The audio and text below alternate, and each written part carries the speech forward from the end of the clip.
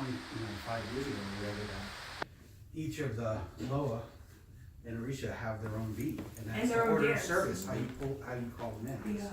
mind blowing. Oh. Amazing. I'm excited again. Oh my God. Thanks again for coming, y'all. I appreciate it. I'm gonna let me pass out my information to those that wasn't here yesterday. This is my brochure and my card. I know y'all share, but and get one for you. There you go. No problem. So my name is Ezekiel Nelson. Once again, I'm a massage therapist, licensed massage therapist. They like to call them masseuses and masseuses, but you tell that to a licensed massage therapist, like, I am not a masseuse. I am a licensed massage therapist because they are, they do the real stuff. The other stuff gives you other endings. So we don't want that. But yeah, so I'm blue spiritual priest and metaphysician.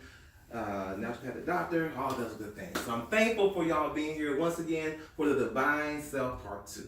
For those of you on Facebook that are going to be watching in, thank you for watching. And if you're not watching in, hope you do later on. All right, so just to recap, first of all, were there any comments, any questions from yesterday that you might have had? Kind of feel those that wasn't able to be with us in. I couldn't resonate it enough. Like everything that came out of your mouth, I'm like, yes, I've had that conversation with someone, or it's like I've had it in my mind, and I'm like, it resonated through the whole thing. Awesome. Like, yes. Thank you, appreciate it. Well, my desire and my goal is to be able to share with you my experiences and how I've been able to be on this journey to raise my divine self. It's an everlasting process. I mean, but in that process, it can be done. You know what I'm saying? It's just understanding and knowing. I mean, we talked about nutrition, we talked about exercise, as far as having foods that will help raise your vibration, how exercise can help raise your vibrations and open up your chakras, and stretching your mind, opening your mind up, trying new things, not just sticking with the dogmatic beliefs, but being able to open your mind to new ideas even, and so forth, to help raise your divinity. And the fact of knowing that your divinity is the energy, is that part of the source that you came to this being, to this realm of existence with the power and gifts that you had came with to be able to make it in this life and be successful in this life. And like I was telling them yesterday, that the gifts are different from our talents. The talents is what we get from our parents when we're born, and then the skills is what we learn through life. And then in that, we forget about the gifts and use the talents as a hobby and so forth. So our goal in this life is to be able to raise our divinity, get back to the point to where the spirit is utilizing this flesh and not our ego. So that we can really be able to move forward and advance in our lives, advance in everything that we do, and help others while we're doing it. You know what I'm saying? So, if, like I said yesterday, if I talk too fast, please let me know. If I get too hype or just go over your heads, please bring me back. It's very interactive. So if you want to have something to say, comment, whatever question, just say it. You know what I'm saying? It's all good.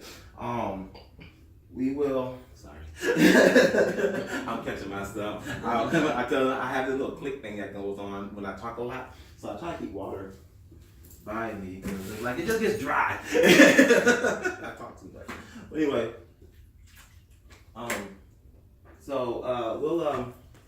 we'll just start off with one thing that I want to be able to really what's the word? Enforce, I guess is the right word. That knowing your path, basically. This particular part 2 is about communicating with your higher self. So knowing your path is one thing. Knowing when you're speaking to you, knowing who you're talking to. Being able to understand that voodoo or any cultural spirituality that is not of the mainstream religion is considered evil. Every culture has its dogma, not dogma, book of dogma, as well as it has its stigmas.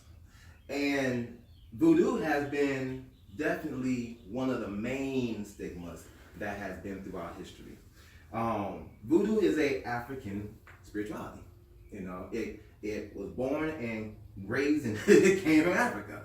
And because it is not a religion, it's a spirituality. It is a way of life. Voodoo is love, peace, and self-knowing. Like we was talking about yesterday, how it is that divinity. It is voodoo that created the world, because it deals with being able to create. You know, I mean, a woman does voodoo whenever she has a baby. She creates. You know, y'all are the most powerful beings on this planet. You know what I'm saying? Because y'all have. This is why the ancient Africans considered God as a woman, because don't no man have can't a man.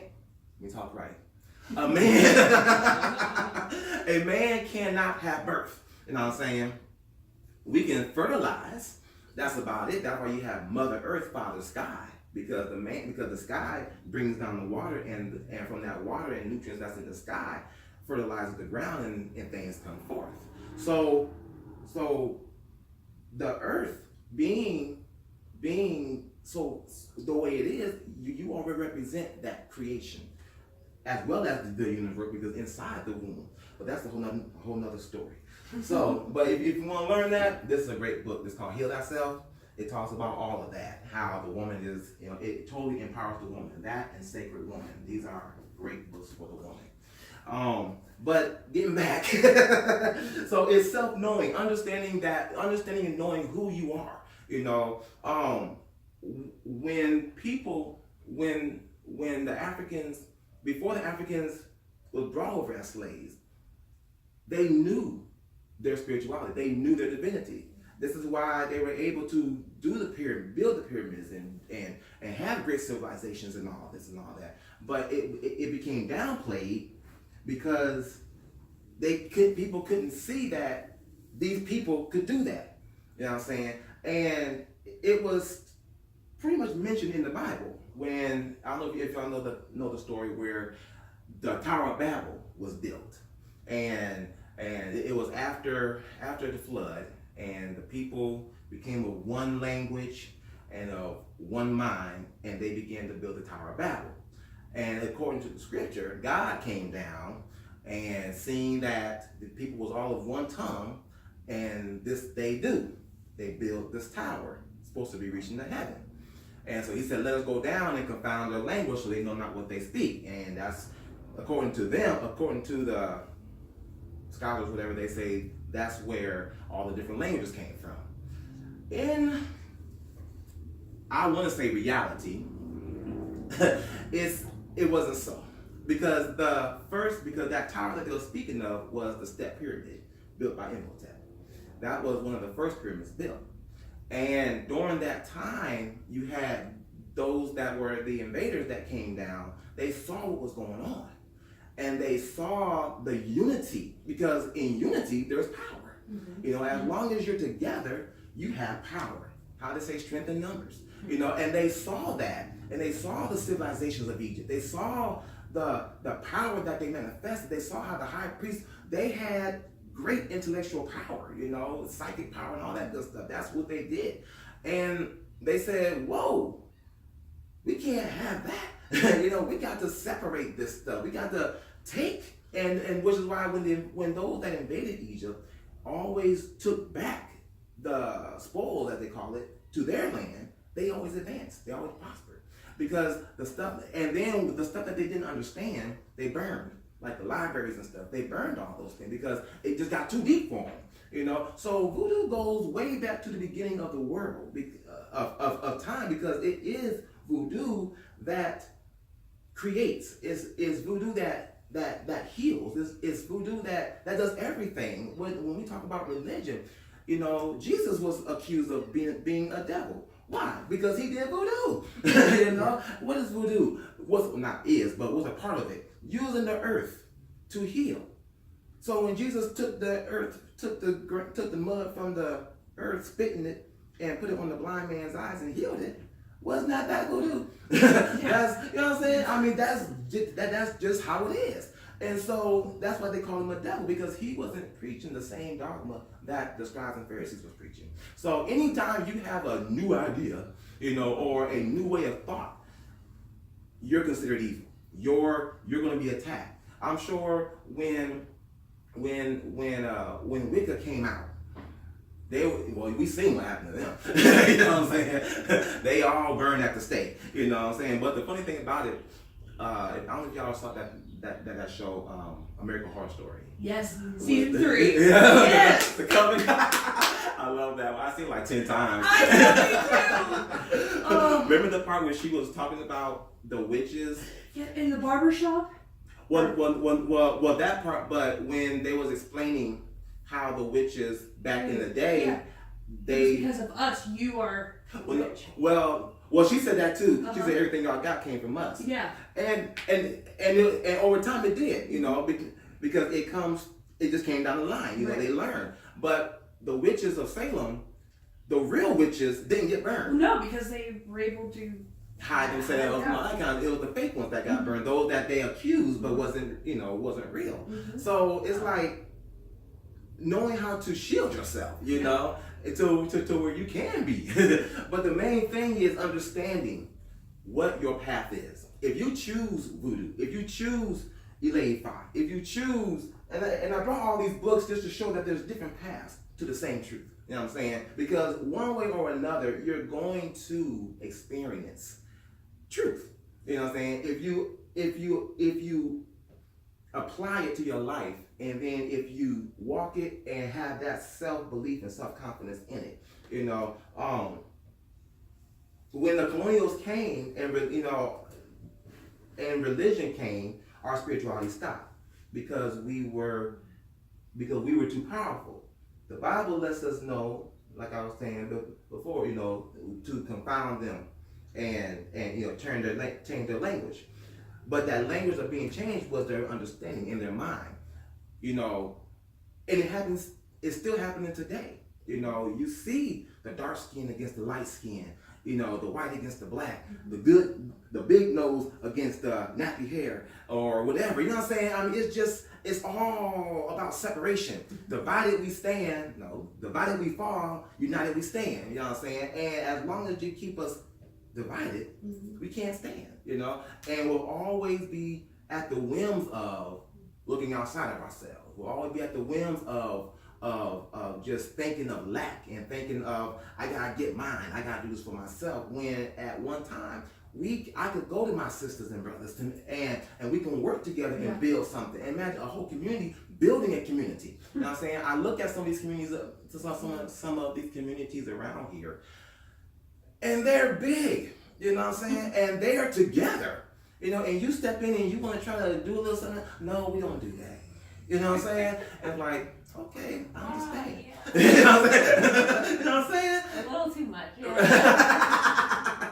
And it's crazy, but you can't really fault them because they're about their community. You know what I'm saying? And they are going to build their community. We need to be able to do the same thing and still have the love for one another, but we have to love ourselves enough to where we can be proud, not have pride, but proud of who we are and what we're doing. You know what I'm saying? Because that's what it's all about. The leg can't get jealous for the arm when the leg has a job to do and the arm has its job to do, but they still work together to carry the body. You know what I'm saying? To make everything function right. So, you know, so know your path. What path do you want to walk on? What path are you walking on? Do you know about it? You know what I'm saying? It's one thing to read. All these books are great. But you know what? All these books are written by somebody else's experience. What's your experience? You know what I'm saying? What is your journey? Where can you write your book and say, this is what I've experienced? And it may have been similar to maybe one or two of these books out out of all these books. You know what I'm saying? Because we're gonna experience things differently. We're gonna experience Papa Lekba differently. We're gonna experience Ochosi and all them differently because it's according to our life, according to our path. A friend of mine, he always tells me they don't like us, and you might hear some of this stuff. The Orisha don't even like us. They don't like who we are. They tolerate us and this and that. We have to give them this and that. And I mean, just kind of like way out there. They don't like us. Well, you know what? And then he'll say, I'll cuss at him. I'll do this and I'll do that. I'm like, well, you know what? I don't like you either. You know what I'm saying? You cussing at me and you're disrespecting me. Dude, I'm a deity. You know what I'm saying? I don't like you either. You know what I'm saying? So, I mean, it's how we approach them and how we come to them and in honor of them and respecting them. We have to know about them, like I was saying yesterday about my altar with Papa Lake, my first encounter with Papa Lake Bob, and how the coconut broke because it wasn't time for me to be with him. Now, I didn't get punished or jacked up, but it was a sign. Boom. Let you know. Let me know. It's not time. Now, imagine how I just kept on going. Throw that away. I'm going to serve you, mother. You know what I'm saying? You know what I'm saying? Then I'll be jacked. I'll probably be jacked up because I'm not following. I'm not following the signs. I'm not reading the signs. And we are spiritual people. So being spiritual means that we have to look beyond what we call look beyond the veil. You know what I'm saying? We gotta look beyond what we see sometimes and just really delve into what does it mean. You know what I'm saying? Because a lot of times we need to learn lessons. And the lessons that we have to learn will help better us and will help us to grow. So know the pantheons that are on your path. I can't sit here and say that I am a voodoo priest and not even know Papa Lake Ba or not even know Bon Samdi or not even know any of them. Well, how are you a priest? Because I can take this and I can do that and I can mix together and there, bah!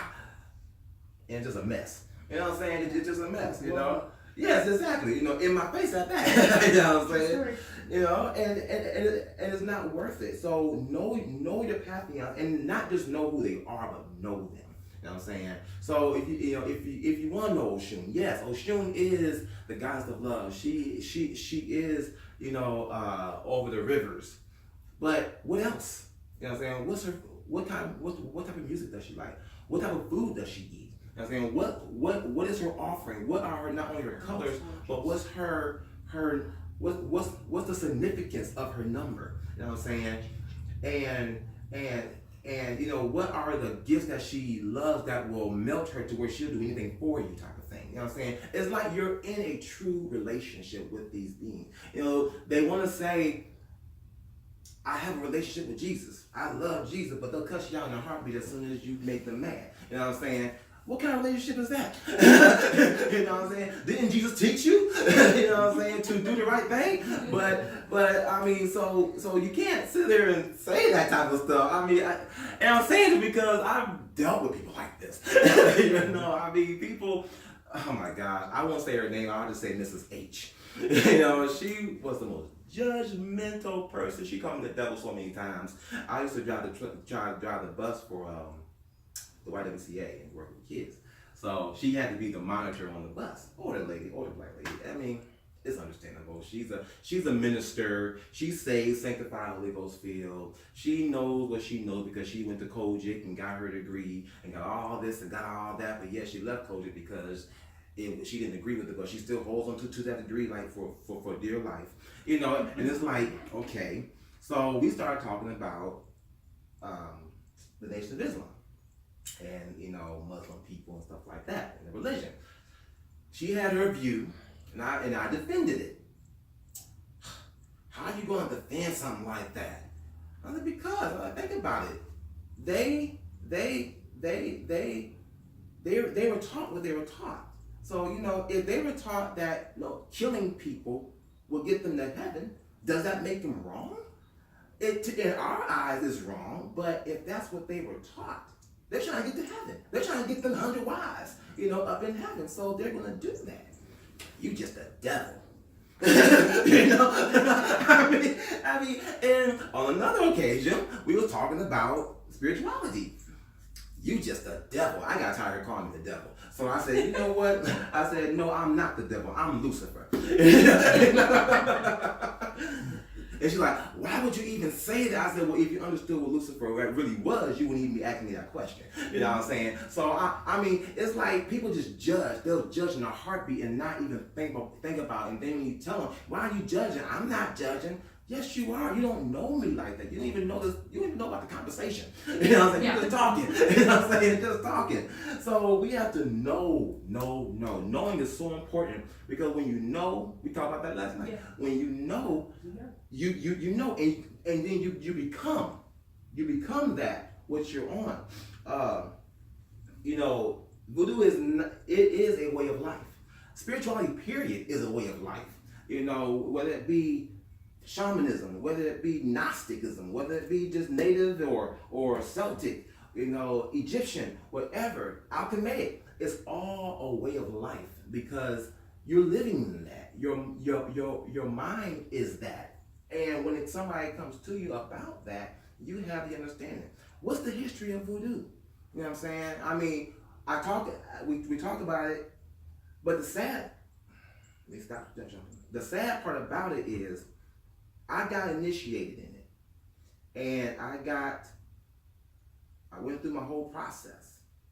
However, I didn't learn the history until a few months ago in that book. This book, I was telling Roger that this book is the bomb book, Haitian Voodoo. She goes all the way down to where voodoo began in Haitian Voodoo. I thought that Haitian Voodoo was just voodoo from Africa. Parts of it is, but like we said last night, it's different parts. It's Africa. It's the Taino people of Haiti, because before it was called Haiti, it was called Haiti, which means like a mountainous land, and it was named that by the Taino people. And when Columbus came and brought the slaves with him, and they seen that the people had gold on their wrists, they thought that there was gold on the land. So therefore they conquered it and killed a lot of the Taino people. Those that did survive, they went to the mountains. So the slaves that they began to bring over, they seen that they had it was great for cotton, but mainly great for the sugar cane, the sugar cane, and where they made their rum and all that stuff. And so they just kept bringing slews and slews of slaves from Africa. So you had the slaves from Nigeria that brought the Yoruba. They had the slaves from the Dahomey and Benin area that brought their voodoo, which is where the Gede come from. You have the slave from the Congo, and all of them brought those particular deities to Haiti. Then you had the Catholicism that was there from the French and Spanish. And then you had, because of course the Dominican Republic was the Spanish. I was going to say, it was before they came, was all the indigenous people the same in Haiti and the Dominican Republic? Like, was that all one? I believe it was all one. Okay. But it got split. Because one's over here, one over there, who settled here. Right. Okay. And the mulattoes, after time, the mulattoes more became the Dominican Republic. And the Haitians became Haiti. And I want to say that Columbus called it something different. It's in there. I can't remember right now, but it's in there. But he called it something different. But so the slaves that did leave, that did manage to escape, went to the mountains, and the Taino people took them and helped them. They rescued them, just like the Indians or the Native Americans here rescued the slaves that were runaways. Also, they rescued them as well. And so in Haiti, they put their gods together, and they began to learn from each other. And from there, they built that power up and called upon Papa Ogu. And from Papa Ogu raising up within them, that's when they'd be able to kick the French out and they freed themselves through the French Revolution and all that.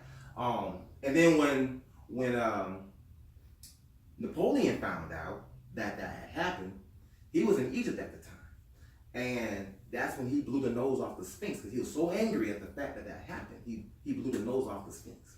So it's such a deep history, such a rich history in voodoo. Understanding that the Congo, like in voodoo, you have different nations. So you have the Gede nation, which deals with Bon Samedi. Over one of the lords is Bon Samedi. Then you have Gede Brav. You have but then Baron has a family. Yeah. So you know. And he has his wife. Well, Bridget. Yeah. But then you have Baron Criminal. You have Baron Lacroix. And then there's another Baron too. And but then you have even just the family of Gede. It's like endless number of Gedes. What's a Gede? A Gede is a spirit that has passed on. It makes them we raise them up when we remember them, when we give them a candle, light a candle, and all that. That's how we raise them up. You can create a God. Raising to sainthood. Yeah, exactly. You can create a God. So actual living ancestors that are being deified, right? Am I hearing that correctly? Pretty much, or let's say Sally Joe passed. We all know Sally Joe, and she passed. Well, at this particular time of her passing, she's a Gede. You know what I'm saying? Because she's dead, so it's just a dead spirit. But she's in the Gede family. But if we want to elevate her, then we remember the works of Sally Joe. We speak of Sally Joe. We sing praises to Sally Joe, and we do it, and we light candles to Sally Joe every time. And then that raises her and deifies her. So that's why you're saying raising to like saint, like what? Yeah. Like people like Catholicism, Catholicism raising to sainthood. Like Okay. Jude, Judah, Saint Jude, Peter and all them. Peter, like the 12 apostles, they all Yeah. raised to sainthood after they passed. So is that what that's what they do when Dia de los Muertos happens? Because they're always honoring their ancestors, and they're always bringing them and lighting candles to them, and they're always setting their ancestors up on their. They have an altar for them whenever they pass within their household. Oh, Cinco de Mayo? No, Dia de los Muertos. Los Muertos is November the day of the 1st. dead. Oh yeah. Now, I don't speak Spanish, but that sounded really good. But no, Like we had to, I had to that translate. that actually is a day even for the Gede, from the 1st to the Right. 5th or something like that, because they have a big festival for the Gede during that time in Haiti and in Miami. They have sugar a spills big, and things like that. they have big festivals, and yes, you're honoring them. Mother's Day as well is the same way. You know, Mother's Day. yeah. Throughout history, it's always been that way. Yeah, I mean, and it's powerful because with the like for instance, I did that with my grandmother, my great grandmother. She one of my great grandmothers was, well, like I said last night, was no saint. She passed knowing who she was. The other great grandmother, she was I feel she was almost there, but she passed before she got there. So once I built my ancestral altar, she came through and she would bang on the wall every time. And I didn't realize it until she did it one time, and I failed to go to the altar, and I just kind of, listened, and she said it was her. I was like, oh. So every time she banged on the wall. So I'd be laying in the middle of the night, pow! And I'm like, pow! Like, grandma, if that's you, do it one more time. Pow! Okay. Get up, she wanted me to light a candle for her. So I did it for like a whole year. Did it for a whole year. Finally, when I moved out of my shop and I moved into a house, and I told you about my altar room that I created, she did it one last time, and she got, and I got up and I went there, and she had showed me that she had made it to the ancestral realm. And I'm like, cool. I said, well, I want to see how you look, because I only seen pictures of her. I said, I want to see how you look, and help me remember when I wake up. And she did. Right before I woke up, I saw her when she was when she was young. She sang and everything to her middle age. She looked like Angela Bassett. You know what I'm saying? And I was like, wow, and she just smiled, just happy and smiled and everything. So it's like, you can raise them up to that ancestral realm. In the Egyptian culture, they talk about the upper room, you know, and being able to be raised up to that higher realm of ancestry. And sometimes you, like, I've been there one time through dreams. And I don't think it was a dream though, because it was too real. I was with my pastor starting off, and then he disappeared, and then like a tall woman came and guided me into this, what looked like one of those like those, gosh, the trains carry them though, those big cargo things. And we walked inside there, there's a whole bunch of people just eating and just talking and just having a good old time. And I saw the Great Mother laying there, and she was talking to me about something. And I woke up and I did and I asked the spirit where I was, and the spirit said I was in the ancestral realm. And that was a great aunt of mine that led me through there.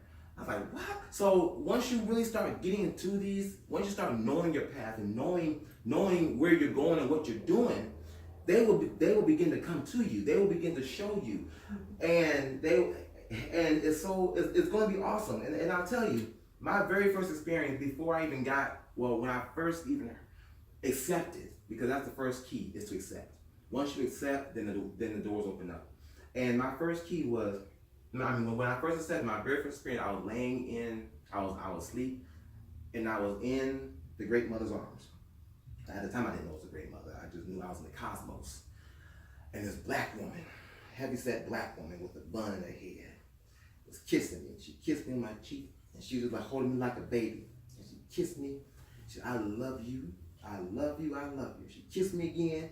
I love you so much that you can kill your brothers and still make it to heaven. And I woke up like, what? you know, I'm like, wait a minute, say what? But I learned that was the Great Mother, and I learned it wasn't necessarily a physical kill, but sometimes we kill people with our words. We kill them when we change our lives, because we're not living the exact same way that they want us to live. When we're not doing what they want us to do. If you've been an alcoholic for 10 years and you have a bunch of alcoholic friends, and then you just say, you know what, I'm done, y'all. I'm done. Oh man, what? What? Come on. You're killing me, man. You're killing me. That is hurting their feelings. I mean, as minute as those words seem, they have meaning to them. You know what I'm saying? So this doesn't mean you're killing the friendship. You know what I'm saying? You're killing that bond because you're advancing and they're staying. You know what I'm saying? And that's what happens. You want to kill the old. You want to transform. You want to transform it into something new and be new. So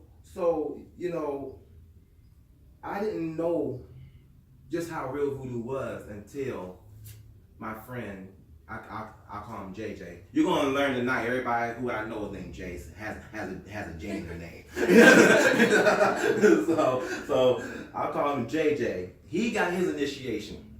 Now, mind you, I was already doing my thing, with the Orisha and everything. But when I seen that he had gotten his initiation, he came back from Haiti. His mom was my friend. I call her Mama E, and she introduced me to JJ, and so JJ came back with all this knowledge, with all this experience and stuff like that. And I'm like, oh man, he had the collier, he had his son, he had all this different stuff, and well, he didn't have his son, he just had his collier, and so his godfather came up, I say 2 weeks later, because when he did, I said, well, that's something I might want to do, get that, excuse me, get that done. So when his godfather came up, and we was talking, his godfather speak Creole. I didn't speak no Creole. And so they was doing our translations. So he had gotten a possession. The godfather did, Gay brother, and he did my reading for me. But before he did that, he was like, I want to show you the power of the spirit. And so JoJo had I said his name. He had a knife, and he told JJ to give him that knife, and he did, and he put that knife to his chest and began to speak Creole and pushed the knife into his chest and broke the knife. And me and JJ was like, I want that! You know what I'm saying? I want that! The shirt didn't even get torn. It was that powerful. And I was like, that's what I want. I want to do that. That is tight, you know? And that is where I really began to, that proved to me that it was real, you know what I'm saying? Because seeing on TV is one thing, hearing that story is another, but to see it in real life, what? You know what I'm saying? It was awesome. So yes, he said, do you think my spirit will allow me to get hurt? You know what I'm saying? And that's the power. It's not a spell. You know what I'm saying? There are no such, to me, there's no such thing as spells. Because you look at when they say, that old people, when they used to say, come sit down for a spell. What does that mean? Just for a little while. You know what I'm saying? Just a little while. So if I cast a spell on you, how long is it gonna last? You know? A very, very, very little while, which means that it's not real. It doesn't work. Because soon, you know, either once the stuff wears off, it's like Tylenol. You know what I'm saying? Once it wears off, then you're right back. And then the person is probably mad, or you're hurting that person's life. You know, there's repercussions to these things. Yep. And you don't want, because what I say, what you put out, you get back. You know, threefold, sometimes even worse. You know, and we don't want that. So when you're dealing with voodoo, you're dealing with spirit. This is why it's so important to know. When dealing with Elay 5, you're dealing with spirit. With anything that is of African origin, you're dealing with spirit. Because that's what causes the advancement. You know, the earth itself is a spirit. It's a deity. You know, it's a living, breathing deity. They actually showed on this YouTube thing how it changes its diameter in certain times of the year, and then they sped it up as a turn, and it breathes. The earth, it breathes itself. The trees and stuff. You know what I'm saying? The trees is not only are trees antennas, but it's venues for the earth to breathe. It breathes out oxygen, and we breathe in carbon dioxide. I'm sorry.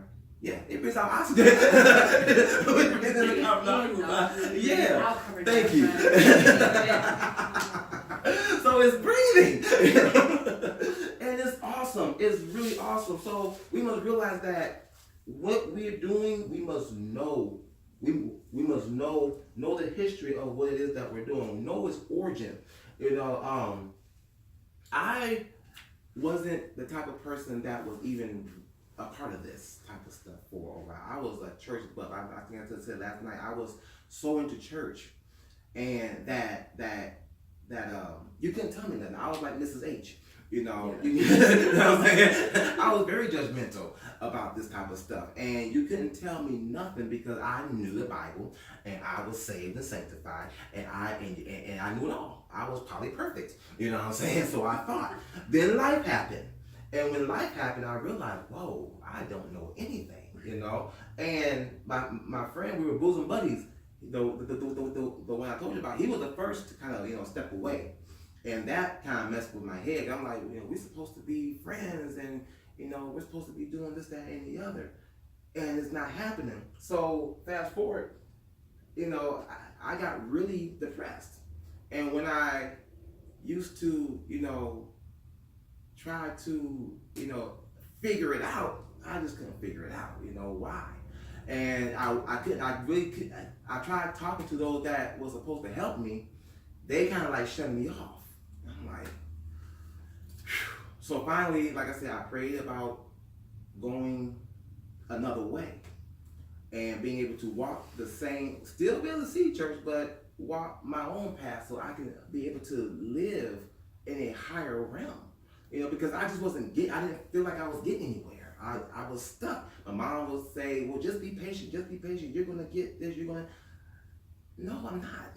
You know, and I still, I never got there. Well, on that path. When I got to this path, my first experience was I was at one of my lowest points, and I had found this book called The Hierarchies of Consciousness, and I got the book because it talked about the mind and everything, and I only read one page of it, but that one page helped. I would talk about meditation, so I went into meditation, and I felt my mind just soaring up or in, whatever. And I heard this voice clear as day say, what do you seek? And first thing I said was, power! And I came right back down. And I was so mad because I'm like, no, I'm sorry. Because I was supposed to be like Solomon, not power, just wisdom and all this other kind of stuff, And it was I was so upset. I carried that burden for about 3 or 4 years because I thought I did something wrong by saying power. And I talked to a friend of mine, and he was saying, I told him the story about it, and he looked very observant. He said, well, why'd you get mad? I said, because I was supposed to be not so arrogant. He said, that wasn't arrogant. He said, the Spirit asked you, what do you seek? You said power. It said, go get it. Yeah. I said, oh, okay. I ain't gonna get some power now, you know what I'm saying? Because I wasn't holding myself back. You know what I'm saying? We get caught up in what people say we're supposed to be. People say we're supposed to say and think and act and all that. And that's where, those boundaries where we limit ourselves. Because keeping that mindset, if I was to have kept that mindset, oh, I was wrong, and let me stay humble and meek, then that's the wrong kind of humble and meek. That's subservient, but it's subservient in no manner that I'm not serving anybody. I'm not doing anything except keeping myself fearful. And fear is, as we said before, fear is one of ego's partners, you know what I'm saying? And it just doesn't work, So, we must realize that when you know your path, when you know what you're supposed to do, like your path should become your foundation. You know what I'm saying? Once you learn that, once you are into that, once you have built that, then you can begin to explore other things, because then you won't be so flaky or flighty or just, I want to do this, but I want to do that, but I want to do that type of thing. Church was my foundation, and it still is my foundation, because the type of church that I go to is a church that is very spiritual. It is very spiritual. We don't teach the dogmatic type of way. It's more in a spiritual way. So it helped me to leap from that to this. You know what I'm saying? Because I was able to make the connections. You know what I'm saying? And it is an African-based type of church. We welcome everybody. Don't get me wrong, but the principles and doctrine is on a African spirituality type of foundation. So being able to relate to that, I built my foundation from that. That's why when I told you that my friend said that I was supposed to make a choice and I had to leave the church and go to straight Orisha, I couldn't see that. I couldn't see tearing down a foundation and trying to build another one. You build on foundations, you know what I'm saying? You build your house. How are you gonna take off a house? Put it on the ground. And the foundation right over here, it just doesn't work. You have to build on that foundation and get bigger and stronger and better. Then everything that you put in that house is usable. You know what I'm saying? If you put an extra wall up in here, then now you got 2 rooms. Put one in, now you got 4 rooms. So, and each one can be used for certain things at certain times, but you continue to build and let that be your foundation. And then once you do this, then you'll journal, like we talk about journaling. You want to journal. Journal everything. Journaling is so important.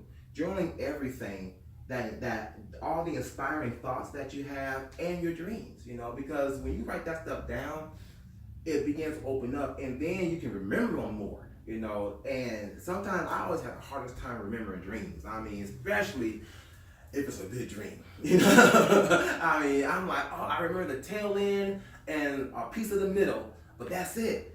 But of course, I always put my feet on the floor first too. You know, when you put your feet on the floor, it's like, because you're now you grounded yourself and everything goes away. So if you want to remember your dreams, don't put your feet on the floor first. Write it down, or keep a cup of water, a glass of water by your head, you know, on a counter or something like that, or in your nightstand, something like that, and that helps to catch it. But definitely journal. When we was doing our I didn't fully start this path until 2009 when I opened up my store, and I was in Kentucky, and I had a friend named Jai.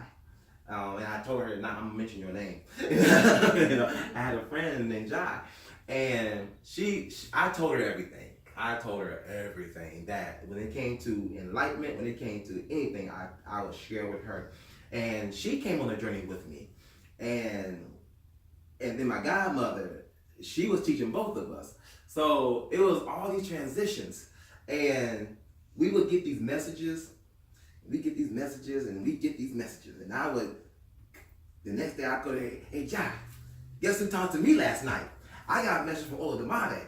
I got a message from Papa Lake Ba. I got a message from Ochosi. She's like, well, I got a message from Oshun. I got a message from Yemoja. And we just start reading all these messages and everything and just reading them and then setting them aside. Doing nothing. You know? Just reading them and doing nothing. You know? And that's the issue. If you're gonna, when spirits speak, you gotta move.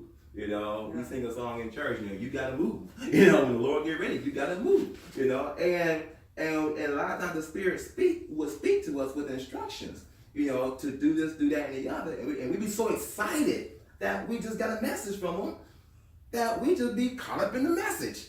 And then we put it in our folder and like, yeah, I can't wait for the next one. You know, and like after a while, they'll start slowing down because you're not doing the part. And finally, we began to realize, wait a minute, something has to change here. You know, we have to start working. We got to start doing our ceremonies, doing our messages, doing our meditations, doing the different things. And there's a tree in Kentucky that is in Lexington. It's called Oduduwa. And we used to do all our ceremonies by that tree. And the tree, it's an oak tree that's over 300 years old. It's literally about the base of it about the size of this carpet. Thing is humongous. And I didn't know the name until one day I saw the tree because I always went walking and stuff, did walking meditations, and I saw this tree. And I went to it and I was like, wow, you're beautiful, you're huge. Just start talking to it and hugging it and stuff like that. And one day after a couple times of doing that, I went and I said, I'm gonna give it the name. And as I was walking to the tree, I heard it say, I heard the name Oduduwa. I said, yeah, that's nice, but I'm gonna give it another name. And it says that no, his name is Oduduwa. I was like, oh. Okay, so I called it Oduduwa, of course, that was the name, you know, and I started doing different meditations by it, and then I brought my godmother, I brought Julia, I brought different people there. We would do different ceremonies and stuff there.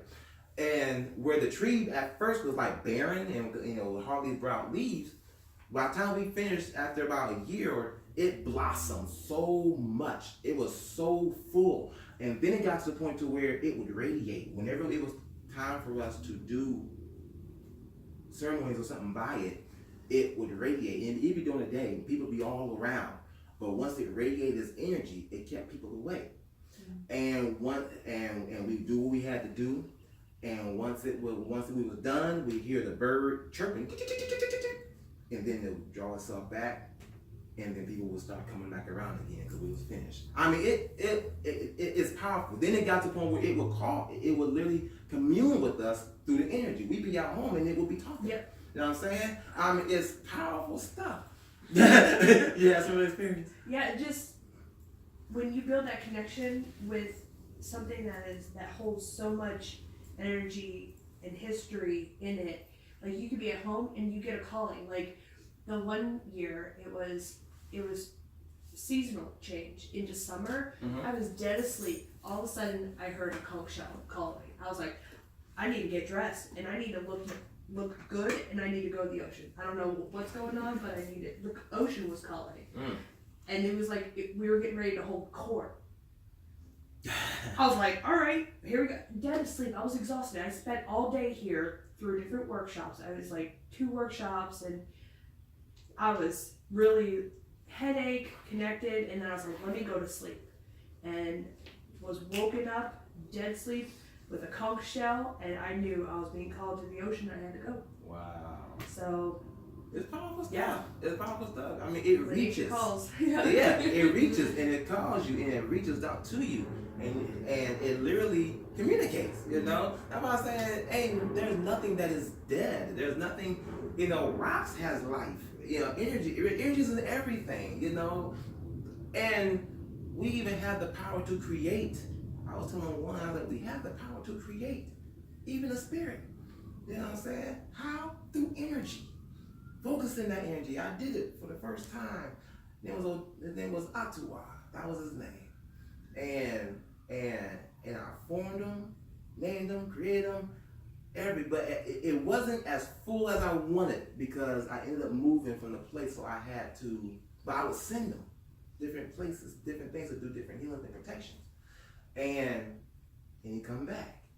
And people think, man, you crazy, you can't form no spirit. But you can. You know what I'm saying? And so when I had to leave my apartment, I had to disperse them. And the image that I had given Atua, I started seeing everywhere. I mean, it's like people was carrying that energy. You know, the whole makeup, face, body, everything was Atua. And I would once be, oh, no, he think I'm crazy. But it's real. It's real. And can I ask, like, his makeup and his appearance and what he wears? Yeah, he was muscular, bald head, goatee, jeans, like a denim shirt, and so forth, and just strong, you know. Yeah. And I mean, it was tight, but I was seeing everybody like that. Once I dispersed them, I was seeing them everywhere. And I was like, man. But then there was other times when we was I mean, there's so many stories I could tell y'all. You know, so many stories. But the main thing is just journaling these things, writing it down. When I and then listening to the voices in your head. Now I know that sounds crazy. You know what I'm saying? I know that sounds crazy. People saying, "Well, listen to the voices in your head." You know, you sound. But knowing the voices that you're listening to, you know what I'm saying? There's a young man. God bless his heart. He was interesting because I was trying to help him, and he went to Miller Mott, and you might know him.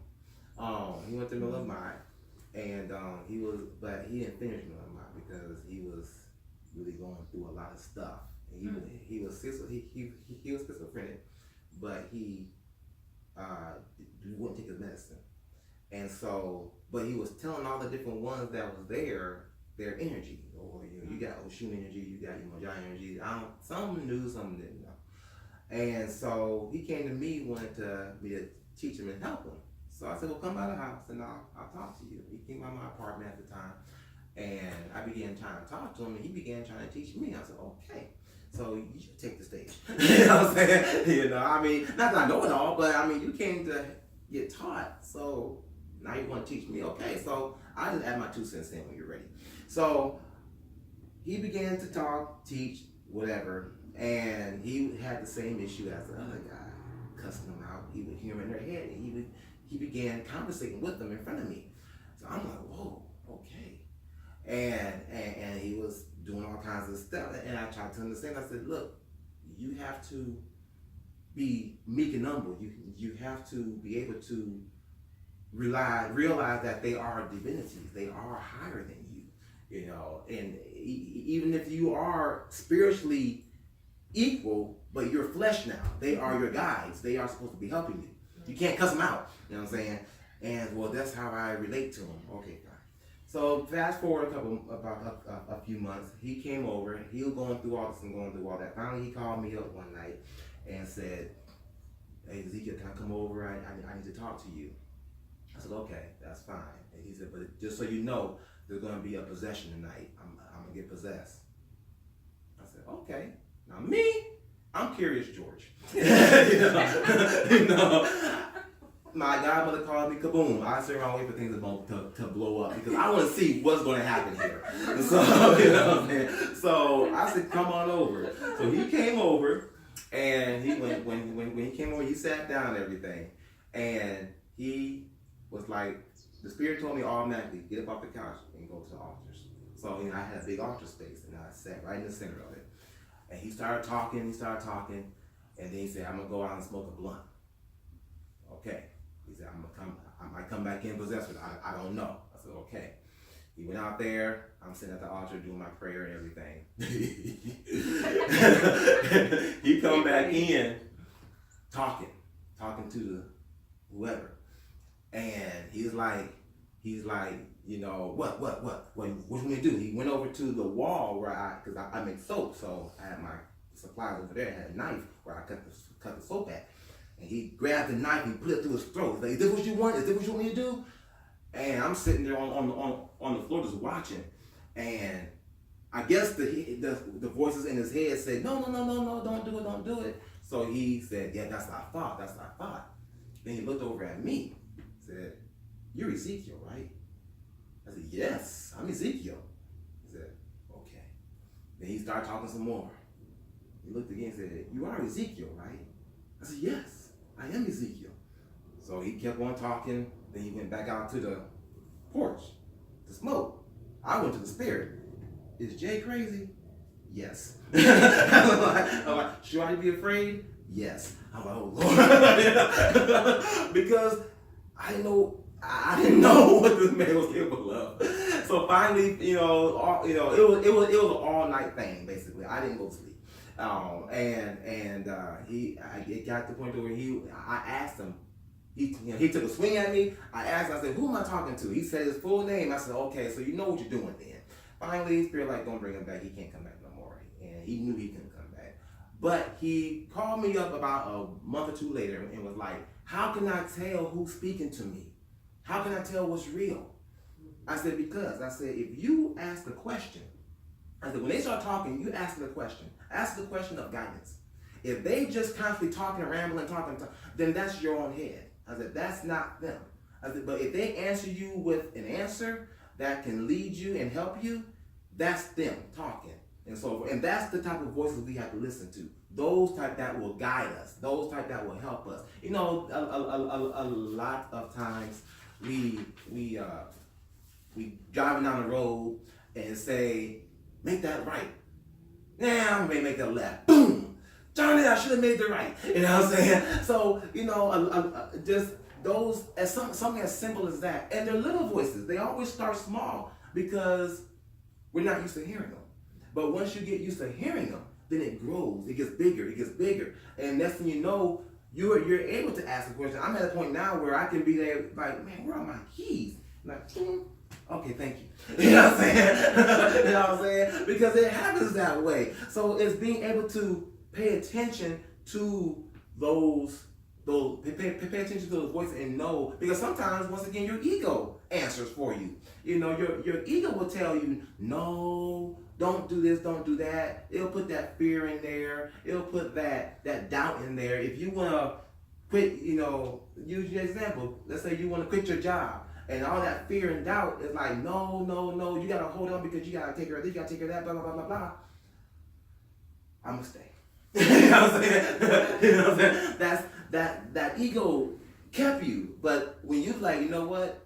Get in your place. You know what I'm saying? You're gonna help me to succeed. And then the ego will help you to succeed because it will make things, it'll give you caution, but won't give you fear. You know what I'm saying? And that's the thing. It's okay to have caution because you don't want to just jump out in the middle of nowhere, and just do something silly. But the fear comes when it's making you doubt yourself. And then that means you have to check yourself. Wait a minute, is this caution or is this really fear? And then ego, shut up and get in your place. You know what I'm saying? You don't want to, people say you have to suppress it, but anything you suppress, it becomes stronger. So you just work with it and put it in its place. You're supposed to support me, not hinder me, type of thing, you know. And you gotta talk to yourself like that sometimes, you know. You got to, because yourself knows, you know. Yourself knows. Recognize the synchronicities that are being shown to you. We talked about some of that last night. You know, you walking down the street, you see an old man with a cane, or you know, or a young man with red and black. You know, the young man is more dealing with that shoe. You know, the old man dealing with the leg bow. You know what I'm saying? So you see one of those going on, or you know, somebody has some candy or something. You know, synchronicities. Perfect example. It even happened today. We had passed this new store called Tribal something over on 8th Street, 8th and Dawson. And you see it? Just drove by it yesterday, and I was like, I wonder what that's about. I wonder if Ezekiel knows about this. Synchronicity right there. Synchronicity right there. Should I turn? No, I'm going to be late. Synchronicity right there. You know what I'm saying? So it's like those type of things. And obviously, if you saw it yesterday, I saw it today, you took me that direction. Yes, so I was can see it. I was coming here yesterday, and I saw it. I was like, I don't have time. I need to go. And it's an awesome place. You know, it's an awesome place. And that's the thing. And so the lady in there, beautiful. She's so sweet, so sweet. I had the boy that I was talking about that told me about the spirit that was in my office. I had him, and this guy popped up wanting to cut his hair. You know, he's a walking barber, he said, and he's known everywhere. I never heard of you, but you know, he's known everywhere. And so she came out with like very observant, like, okay, who is this? And so she asked me, do you know him? I said, no, ma'am. And so they went around the back. He said he just needs some electricity. I got an extension cord, so he asked her, could he borrow her electricity? She was like, no, I'm sorry, not today, baby, not today. And so he was trying his best. He said, well, my cousin lives down there. I'm gonna just go ahead and take. I said, no, sir. He has to be with me. You know, with his circumstances, he has to be with me. So she was like, come on, baby, come on. That motherly, protective motherly style. And so she was talking to him. So I was like, oh, okay. And we was trying, you know, she had some stones and everything. I was trying to give them a stone and everything for protection, all that kind of stuff. So she was like shielding us. And so I told the boy, I said, call me. And because I said, it's time to end this. So I said, call me. So I called him. I must say, I did a bad thing, I lied. You know? But I had to get him away, get that dude away from us. So he called me, and I pretended like it was his mom calling for me to bring him home. So I did do that. But I'm like, so the guy was like, oh, well, you should pay me for my time then. Like, dude, you decided to sit out here. You know what I'm saying? And so I asked the boy, I said, what do you think? He said, like, he a crackhead. You know what I'm saying? I mean, it was crazy. And so she gave him a blue, she put his stones in a blue bag and gave him an oil, you know, just, you know, as a gift. I told him, I said, she has Israeli doctor energy. I said, and Yemojai energy. I said, because she's that mother. She's that protecting mother, you know, and that blue is representation of that energy, because doctor energy is blue, red, and white. But that blue is a powerful energy, and that's what she was trying to, that's what the spirit was showing me that was in her, as well as Yemojai, because she's protective also, you know. And so, and I said, and the oil, I said, wear that oil, because that's her love. So she don't love. And I said, she ain't got to know you to love you. Yeah. Like she did that because that's her protection, and that's the spirit trying to protect you. It's okay. He's very, very smart young man. Very smart young man. So you know, I said because the synchronicities of that kind of, you know, those type of things show up as when the spirit is showing. It's like I think I told y'all about the accident, didn't I? Yesterday about me having a car accident. Mm-mm. Oh, I tell you about when I stacked my truck. Oh wow, okay. So Azuli Dontor, she is known as the matron. No, I'm sorry, don't get it wrong. The Black Madonna.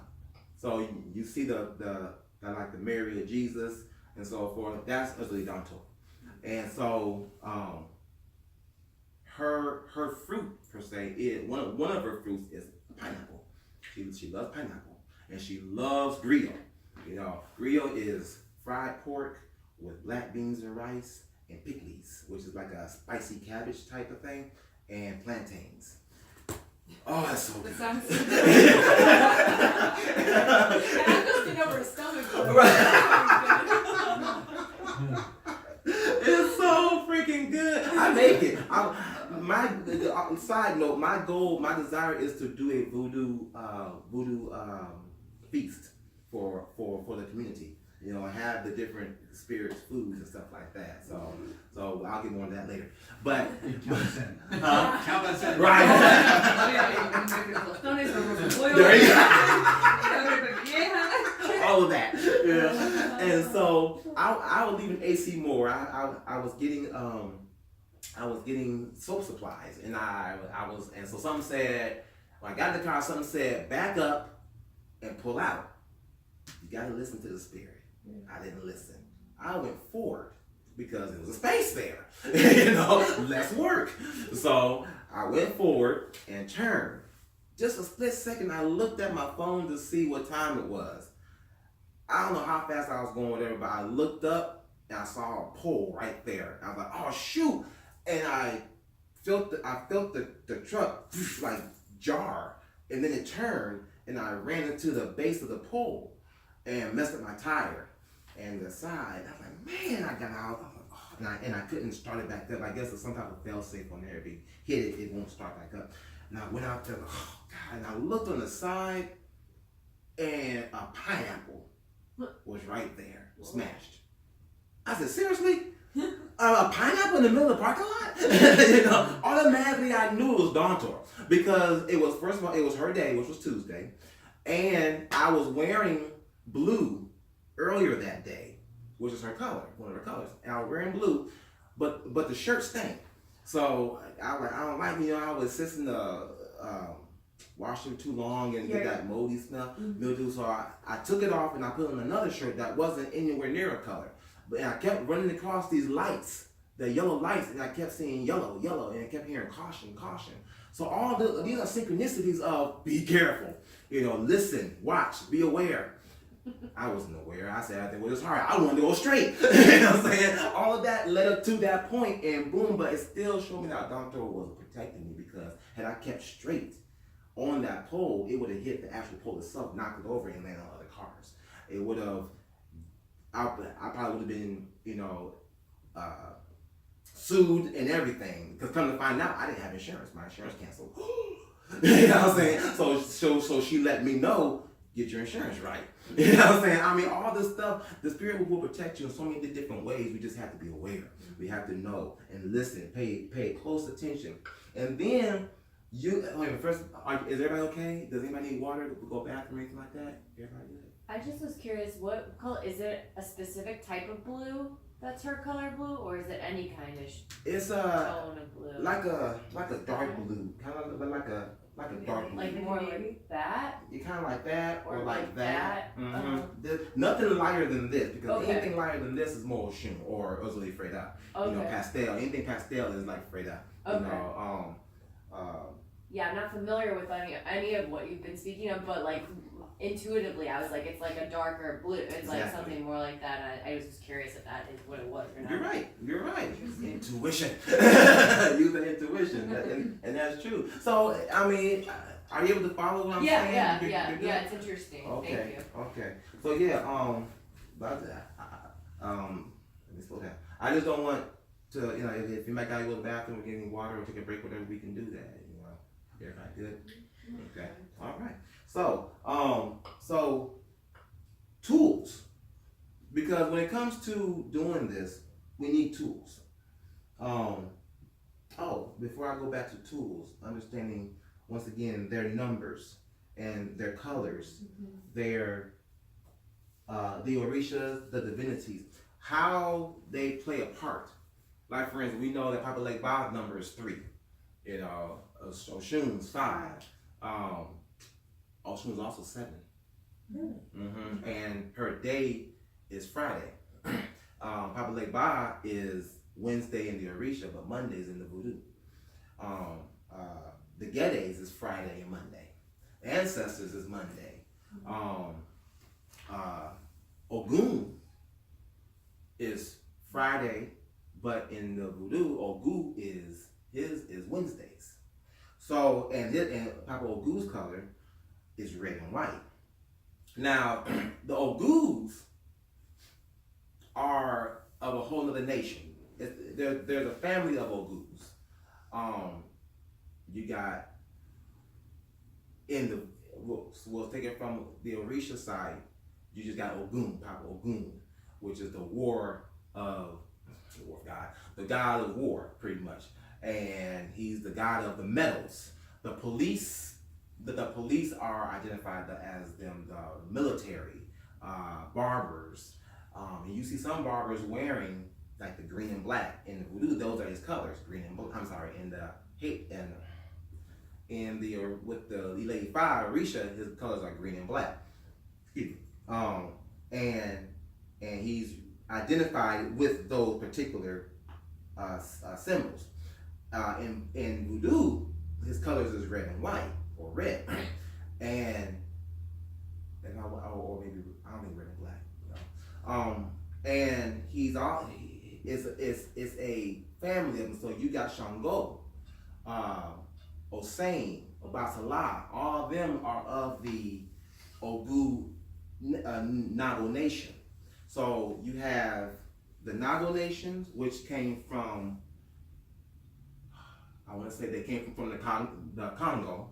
You have the Rada, which are the good spirits. So in the Rada, you have like Dambala Wedo, and Adawedo, which are the serpent spirits. You have, which is also identified as gods.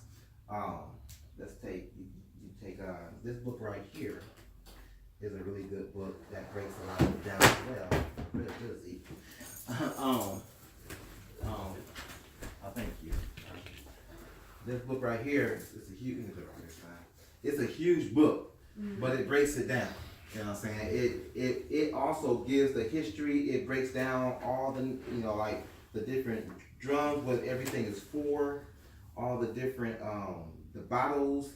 Even dolls. Now, I see people want to say that people want to claim that there's a such thing as voodoo dolls. I didn't see a voodoo doll in Haiti at all. I see that one. This one here? Question: the difference between Orisha and Loa? Culture. Culture. Mhm. Okay. There are in the Haiti culture, there are, well, let me say it this way. There are Orishas that's not in Voodoo. Right. And there's Loa that's not in Ileifa. You know what I'm saying? So like you take Oya. Oya's not in, you won't hear Oya in as Loa. Okay. But the most common ones you'll hear as a Loa is Papa Lake Ba. You'll hear Ogu, but it's just a different name. Okay. Ogun. But that's still the Nago Nation. So like Osain, I didn't realize Osain was in Ogu, was in the Ogu family. Okay. You know what I'm saying? So as Sean saying with Shango and all of them, because they're warriors. Anybody that's a warrior is a Nago.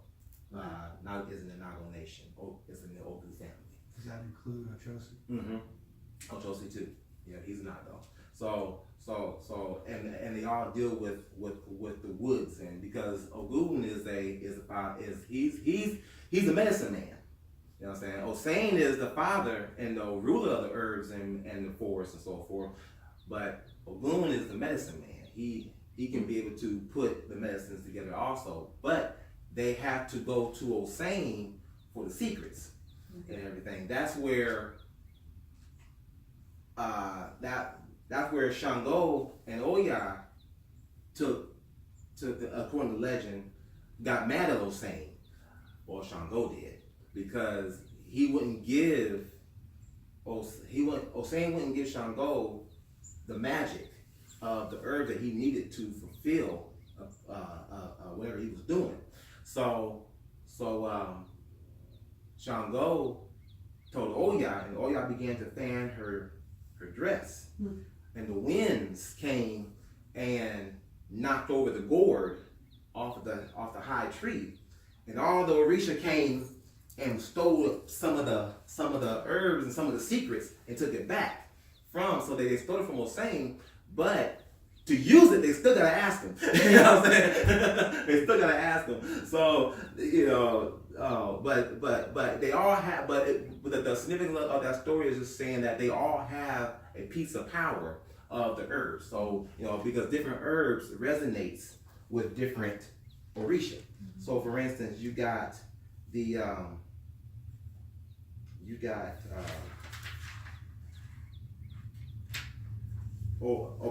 Obatala, he deals with the skullcap, sage, kola nut, basil, hyssop, blue vervain, white willow, valerian. Obatala's over the head. You know what I'm saying? Cleaning of the white cloth, peace. Valerian is great for migraines. You know what I'm saying? Great for nerve pain and all that. The Legba has all the herbs. All the herbs can work with the Legba. Oshun deals with yellow dot, burdock, cinnamon, domanian, anise, raspberry, yarrow, chamomile, yellow type of plants and so forth. Jai, kelp, squine, cohosh, dandelion, yarrow, aloe, mint, passion flower. Ogun deals with eucalyptus, alfalfa, hawthorn, bloodroot, parsley, mother's wort, garlic. Oya, mullein, comfrey, cherry bark, chickweed, shango, plantain, saw palmetto, hibiscus, sarsaparilla, nettle, and cayenne. So they all have their purposes. And then this book here is an old book called Yoruba Medicine. This is a representation of Hossein. Now, the way that Hossein got his one leg and one arm is because Shango, once again, they had confrontation, and Shango struck him with lightning. And just jacked him up. So you'll hear different stories about these Orisha, and they always killing themselves. So who tainted the honey? Who tainted Oshun's honey? I don't remember. I think it was one of her servants that did. Really? Yeah. Well, It was an assassin. Okay. that tried, and that's why whenever you do an offering to Oshun, You gotta taste it before you offer it. Exactly. You gotta do something. You already know. And it's true. I know. It's true. So that's part of knowing the path. You know what I'm saying? Knowing exactly what it is that you're dealing with. Because if you just pour the honey in there, she ain't gonna accept the offering. She'll be like, get back in her mirror. Yeah. Exactly. Ain't paying you no attention. And that's the thing. We have to be able to know how these spirits work. Know the divinities and just know the families, know who it is that we're dealing with. The petwo. You have the petwo end of voodoo, which is like they call it the hot side. People call it evil, but it's not evil. It's just the hot side. So like Dantor, she is as the Dantor, she is a petwo spirit, because even though she's protective and loving, but you don't mess with her. You know what I'm saying? Because she'll cut you. She has she has two daggers. Yeah. And what happened is the story now her Dantor and Azli Freda are sisters. And so Freda is more Rada, the more good, and they both were fighting over Pablo Ogu. You know how they fight with men. And so Dantor was supposed to marry Pablo Ogu. But then he turned around and saw Freda. Freda is like the voodoo Oshun. And he fell in love with her. So they had confrontation, and Freda was like, you know what? Basically, in American terms, screw you. I'm getting my man. You know what I'm saying? And Don was like, no, screw you. I'm getting my man. So Freda took her sword and sliced 2 marks on on Dontor's face, and Dontor took her sword and stabbed it in her Freda's heart and killed her. Which is why when you see the Bebes, when you see the pictures, even on the Catholic pictures, you see them with the heart. The knife in the heart. That's Freda being stabbed by Dontor, and then you see the mother, Mary, Mother Jesus, whatever, with the marks on her face, because that's what Freda did to her. You know what I'm saying? Mm-hmm. So it all comes. I was raised Catholic, so I'm sitting here like. The story of Orisha is actually in that book. Hmm? The what? spirits. Yeah, the spirits book. Yeah. Oh yeah. Oh. And then you'll find several stories of Oshun, and of all the Orisha, Mm-hmm. they're popular. Now, understanding that there are over 400 some odd Orisha, and same way with the Loa. There's thousands of Loa. But there's only a few. There's only a few that are mentioned. It's kind of interesting because people mainstream. I say mainstream talks about these Loa and these Orisha like they talk about the chakras. You only hear about the 7 main chakras, but you don't hear about all the other chakras. You know what I'm saying? Mm-hmm. And they all play a part. So, true enough, these main Orisha do govern parts of the chakras, but there's so many other Orishas out there, and Loa and Gede, the one that I built an altar to in my office, a little small altar to in my office. That one came to me in a dream. It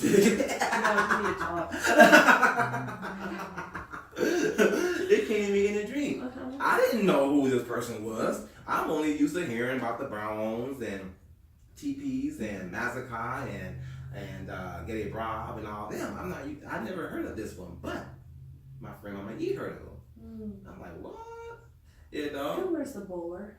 The bowler. Like the brown bowler hat, you know, the type of hat that's round and a purple vest.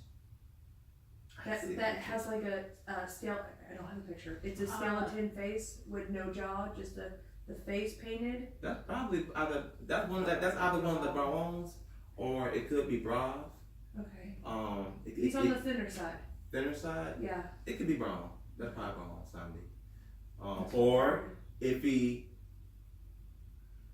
if he's wearing purple, is he wearing purple? Mm-hmm. Okay, that's probably Brown Sandy. All right. Because it's one of the Browns. Yeah, we meant graveyard. Oh, really? And not the top hat. Oh, not the top hat. No, he had the bowler. What's the bowler? You sent me that picture, didn't you? Yeah. I'll look it up. A bowler is like a hat, but it's the round. Kind of like a Kango? Kind of like David, or like Charlie Chapman. Yeah. Hat. Oh! You sent me that. Let me see if I can pull that picture while you're still talking. I'll see. Okay. Now, that could still be Brown. Yeah. Because that kind of hat is still kind of tall. Yeah, because he has a top hat. This is what I came across. He was even in this. He was even in this stance in that journey. Because that's in the 1920s. That looks like Brown, but it could very well. I'm feeling Brown. Yeah. That's how I'm feeling. But this is a bowler hat. Bowler. Yeah, cause they do like Brown, like the top one, the lords and stuff. They wear those hats. You know, Barb and all them. They wear those hats. Like the bowler is like the round. Oh yeah. Okay. That's Brown. Yeah, he came in a different fashion. Mm-hmm. Like he was wanting to specifically mention that it's a brown bowler, purple vest, and he would do skull makeup, not the jaw, just the face, and he's always in that stance, like squatted down. I'm feeling. See, Brav stand. What's the name? It could be Brav. It could be Brav. One of the other. Either way, it's a Gede, but it's a high Gede. Okay. But it gotta be. There's Brav. some other things with it that we'll talk about, like animal that was with it, where we were at, what we were working on. Okay. So that will be put pieces together. Okay, cool. Yeah, but it's one of those high Gede though. That's for sure. Because that's one way to know a Gede is to if there's in the skeleton, Boom, that's Gede right there. And what tripped me out, like about the American Horror Story, they gave a terrible, terrible representation of Papa Legba. Oh yeah. Terrible representation. They made him look like a Gede. Yeah. That was not I was Papa like, Legba. no. And they made him eat, take children. And, The red eyes. yeah, that's not Papa Legba. Papa Legba is love. Yeah. Totally love. You know, and I mean, don't take him off, no, but still, you know. Who's Papa Legba's wife? Isn't she a bigger, heavyset black woman? Almost kind of like Aunt Jemima like. I don't remember Papa Legba having a wife. Who's the woman? The bigger woman. It may not be his wife, but there's a bigger black woman. So you have, it's not Yemoja, it's not. I don't know. Like I'm just going off of right images and. Because I know Yemoja is a big woman. She has the big hips. Yeah. She has big hips, and but she's the goddess of the ocean. So now, mind you, Papa Legba, Ilegba, Ogun, and Ochosi are brothers. Okay. And so, and if I'm not mistaken, she's their mama. She's their mama. And so now Shango is also the son of Yemoja as well.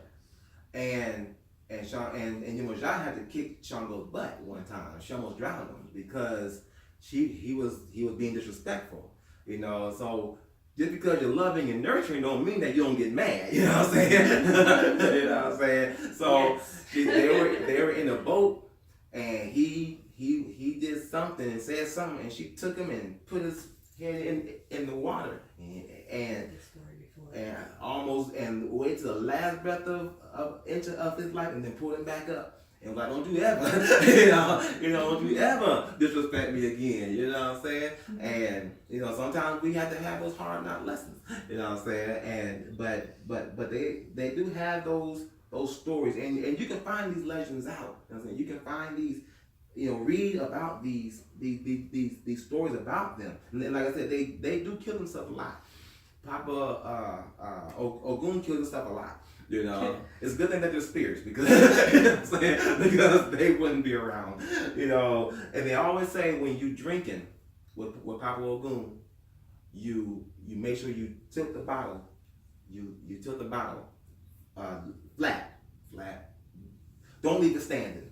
You know what I'm saying? Because he had his group, his followers, whoever, and his army, whoever they were, their army, I believe, and he had went off somewhere and did something, and the rest of the group was there partying and everything and drinking and stuff like that. They all got drunk.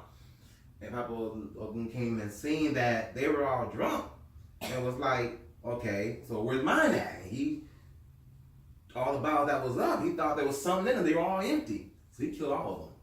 Then killed himself because he was in great remorse. So they say that whenever you finish with the drink, lay it flat. That way he'll know that it's empty. He won't be expecting his, and it, stuff like that. So it's an interesting history. You know how yesterday I was mentioning like how the altar creates itself, waiting for things to come up. As you keep talking, like, why did I feel compelled to put certain types of alcohol on the altar? Why did I feel like the bottles? And I'm just sitting there. Right.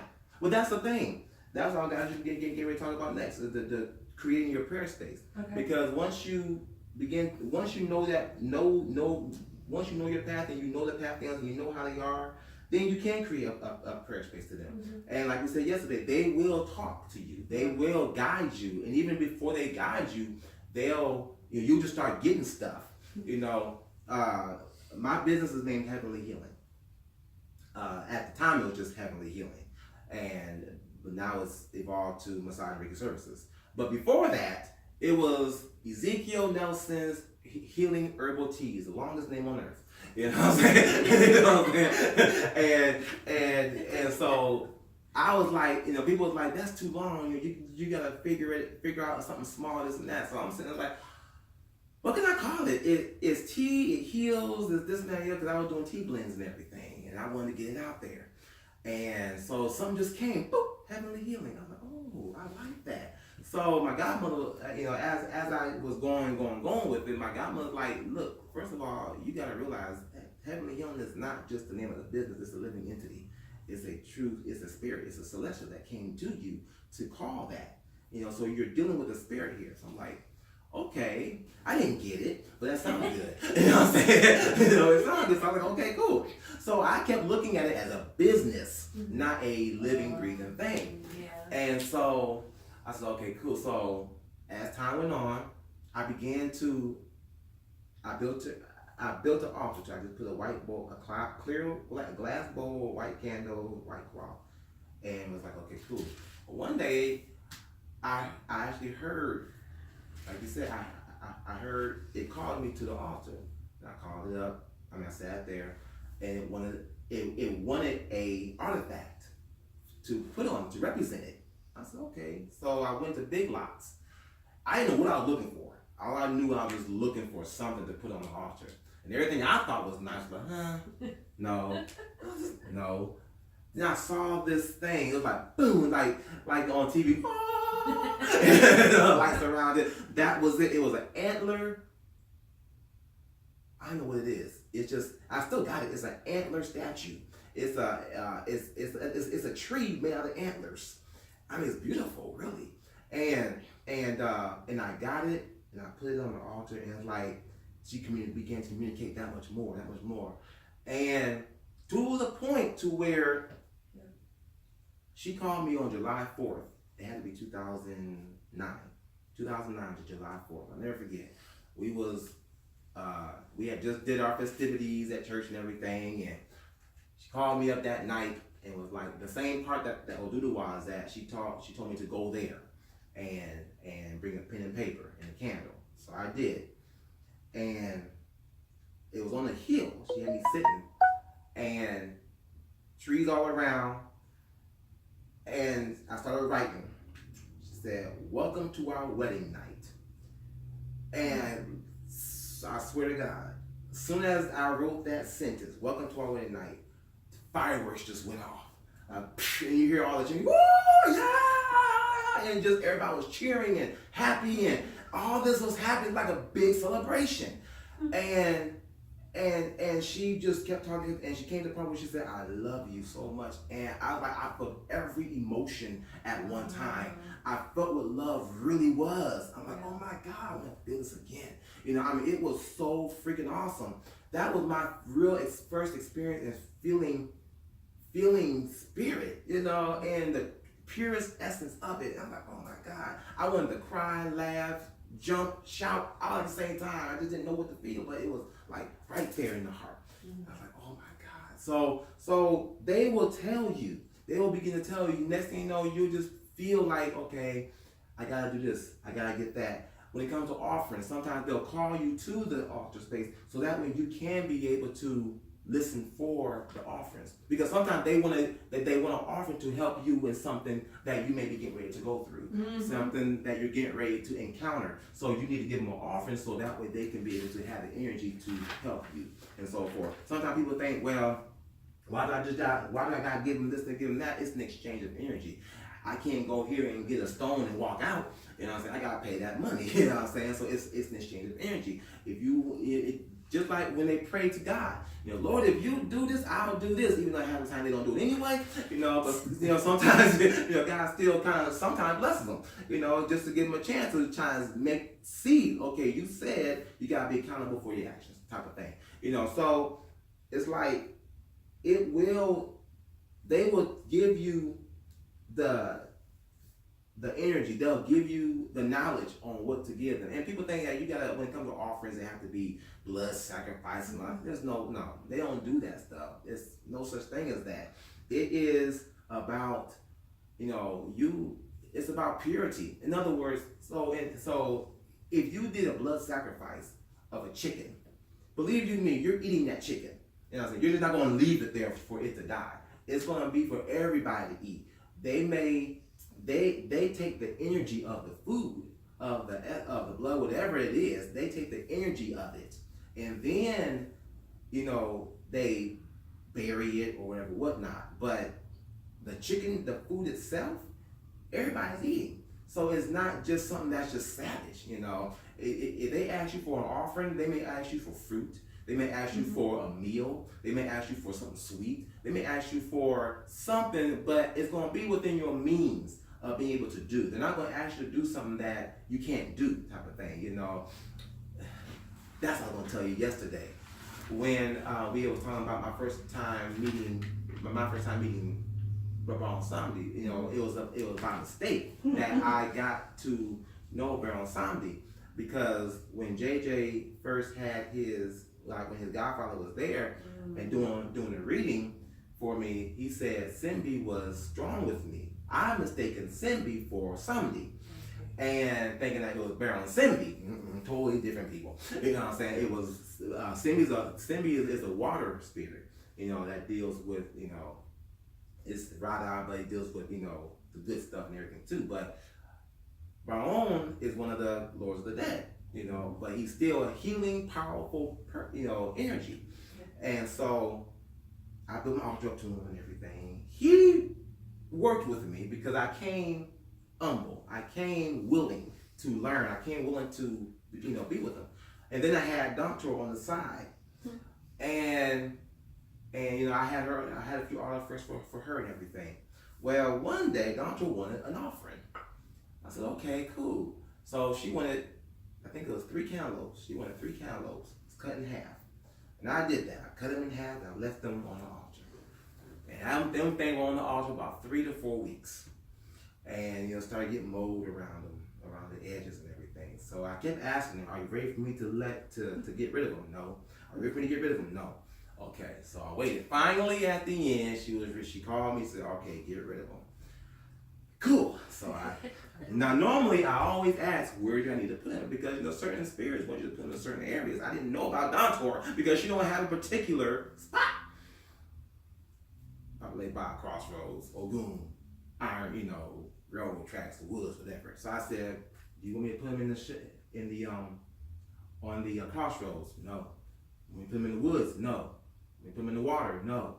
Want me to put him on the railroad tracks? No. Want me to bury him in the backyard? No. Everything I suggested was no. I said, man, what am I supposed to do?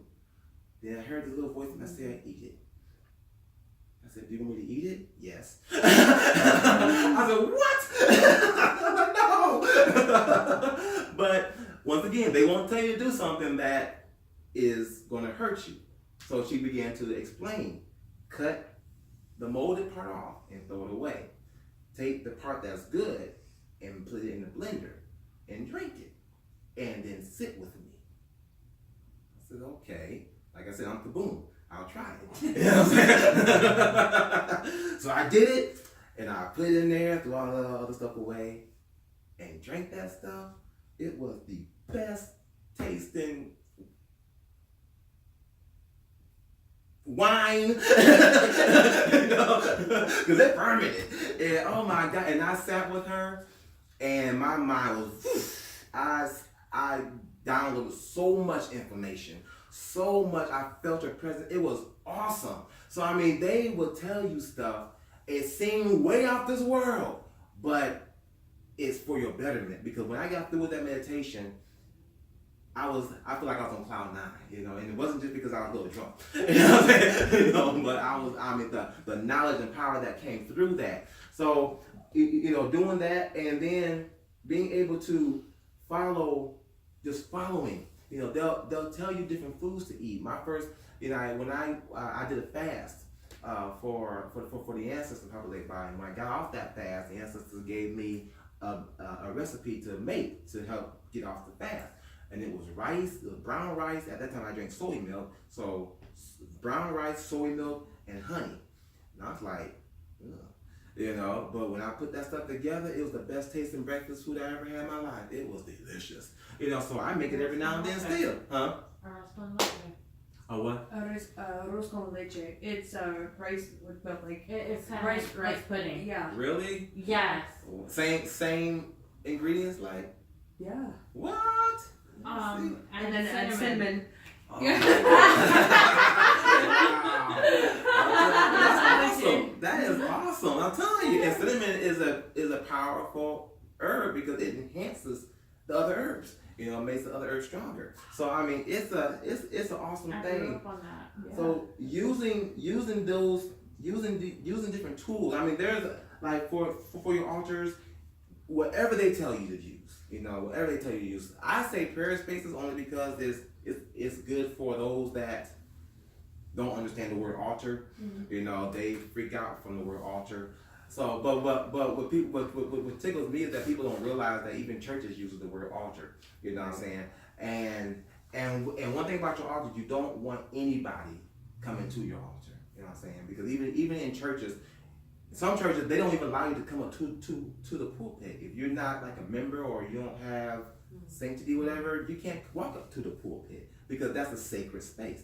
That's what your altars are. They're sacred spaces. You know, your tools. You know, I can't have anybody just go, oh, this is neat. You know what I'm saying? I can't do it because it's a sacred tool. You know, it's, you know, it represents Dambala.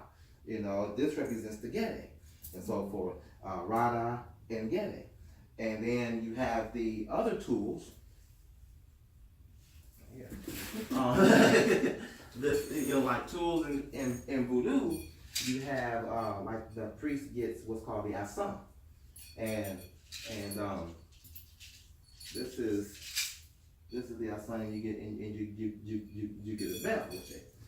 It's like a phone and a ringer. You know what I'm saying? It calls and controls the spirit. You know what I'm saying? So you know, certain times when it comes to different ceremonies, you'll hear it thinking. You know what I'm saying? And you'll call whoever it is that you need to call, and sometimes certain beats, certain rhythms of the asan. Now it's made in Haiti. It's made out of a gourd. This was originally on a gourd, but when I went to Haiti, there was complications because the people who I went, the one I was supposed to go with, I found that she was a devil. You know what I'm saying? But afterward, but before that, you know, she didn't really tell me everything. Now she's supposed to tell me because you got some people, they do this stuff just for money, just for, you know, deceit and all that stuff. And that, unfortunately, that was some of what I dealt with. Was, you know, I paid $5,000 for that, and it took the spirit to teach me while I was down there. So even though I was in my sacred space and everything like that down there, the initiation, as I was told, the initiation itself was real because the spirit was right there. And I was being taught by Zuli Freda, and I was being taught by Gede Bra, and I was being taught by Papa Lake Ba, I was being taught by Dumbo, I was being taught by all this, what those that were supposed to teach me didn't teach me, the spirit taught me. And like the cards and stuff, like in voodoo, you know, they use the playing cards, and you know, and the playing cards tells pretty much your whole life, tells everything, you know, and it's really the way that they do it, they bless it, but there's a ceremony that they go through with it, that they go through because you dealing with Metkafu. Which is the Petwo side of Ilekba, because it deals with the crossroads also, and Metkafu is very, as they say, is very dangerous because if you come at it wrong, then you just don't know what can happen. So you have to be very careful with some of the Petwo spirit because this is part of knowing your pantheons that's on these spirits. I mean that's on these paths, because you do have your great angelic ones, but then you have some of your dark ones too. Then you have those that can play both sides of the fence and everything. So, you know, in the Kemet, and I'm talking about tools now, tools that you can put on your altar, tools that you can use to help in your healing. You know, these are my oracles, my Egyptian oracles, which are based off of the Meduna Ter. And you know, you're dealing with like Amen and Nekubek and Ma'at and Geb and Hurukuhuti, all those different ones. And so forth, that tells about the energy that surrounds you, that tells you the alignment of energy or the alignment of the divine law that you may be in or not in, and tells you how to be able to get realigned. So if you're dealing with financial issues, you know, what's the energy surrounding my finances. And if Tahuti comes up and Heru comes up on a negative end, it means that you're not using your money wisely, you're not thinking wisely, and you're not actively going after what you want, you know what I'm saying, type of way. And you have to change that. So you ask for what can you do to change that, and then it'll tell you what you need to do. Sometimes you need to do an offering. Sometimes you need to do a cleanse, whatever it may be. But whatever you know, whatever it is, it's you're able to, you'll learn. You know, they'll tell you what you need and what you're supposed to do. Florida water. This is great stuff. Yeah, this is great stuff. I use it all the time. You know, before I do a ritual, before I do, just in the morning, before I start my day. You know, cleanse my aura, cleanse my energy. Smells great, feels great. You know what I'm saying? Laxmi water, rose water, smells great, but also great for attracting good luck, positive energy, money. You know, stuff like that. Laxmi is the I believe Hindu goddess that would be considered Oshun as well. Oh, you know what I'm saying? So she has, so like I said, each culture has their own Oshun, you know what I'm saying, type of thing. My purse is Lakshmi. Really? The purse in the car is a picture of Lakshmi. Oh, sweet. So there you go. You're right on the money. You know, St. Jude basil water. You know, it's good to attract money as well as just a calmness. It keeps you calm. If you take it's also good for cleanses too. If you take basil itself and you soak it and you mop your floor with it, you mop your front door with it, you know, that attracts money. You know what I'm saying? Keeping a piece of mint in your wallet, you know, type of thing, you know, attracts money, you know what I'm saying? So all these things, and then you got this is called a Pomerania. I'm sorry, Pompier. They use this in Haiti a lot. Pompier and Red Door.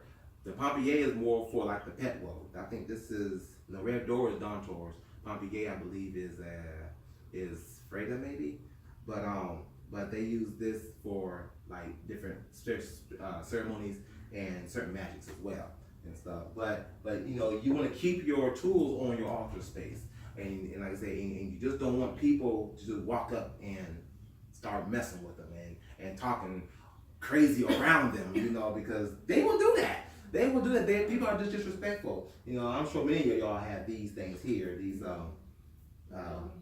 Thank you. Pendulums. I'm about to call them talismans. But I'm sure many of y'all have that. The pendulums, you know, for divining. You know, there's so many different tools for divining that we can use. You know, pendulums, cards. I use shells. You know, the cowrie shells. What's the name? Really? Ezekiel? I'm sorry, Anna. My mind just keeps going and I forget everything. So like the cowrie shells is most people they'll start with pennies, you know, the heads and tails, and based on how they fall will determine an answer. So for instance, if you get all of them looking like this here, this is called a lafia. And then if you get one like this is called itawa. If you get it like this, that's ijife. If you get it like this, that is okana. Then if you get it like this, okay, oyeku. Well, actually, no, this is no. No. Yeah, this is straight no. Don't ask again. And then this is doubtful, but rephrase your question and see how it works. You know, see if that's it. I was gonna reverse, so. Yeah. This is yes with a blessing of wisdom. 2 up, 2 down.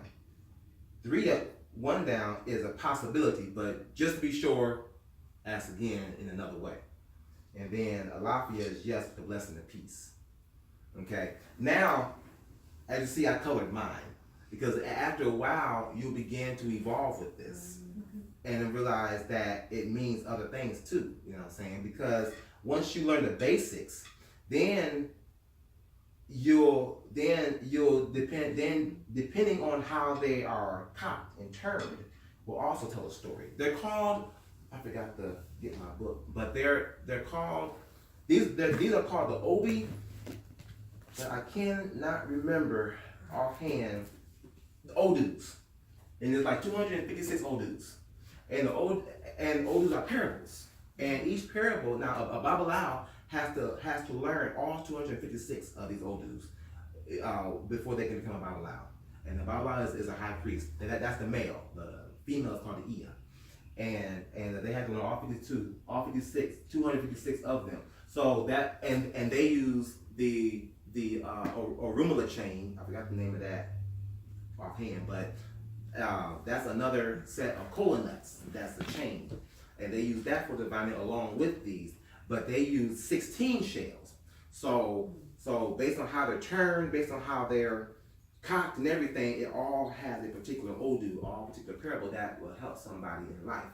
That's how I knew, like, I went to Babylon to open my business up in Kentucky when I was up there, and he explained to me, he used those things, and I was like, wow, he just read that and just knew it, and I'm like, I want to do that.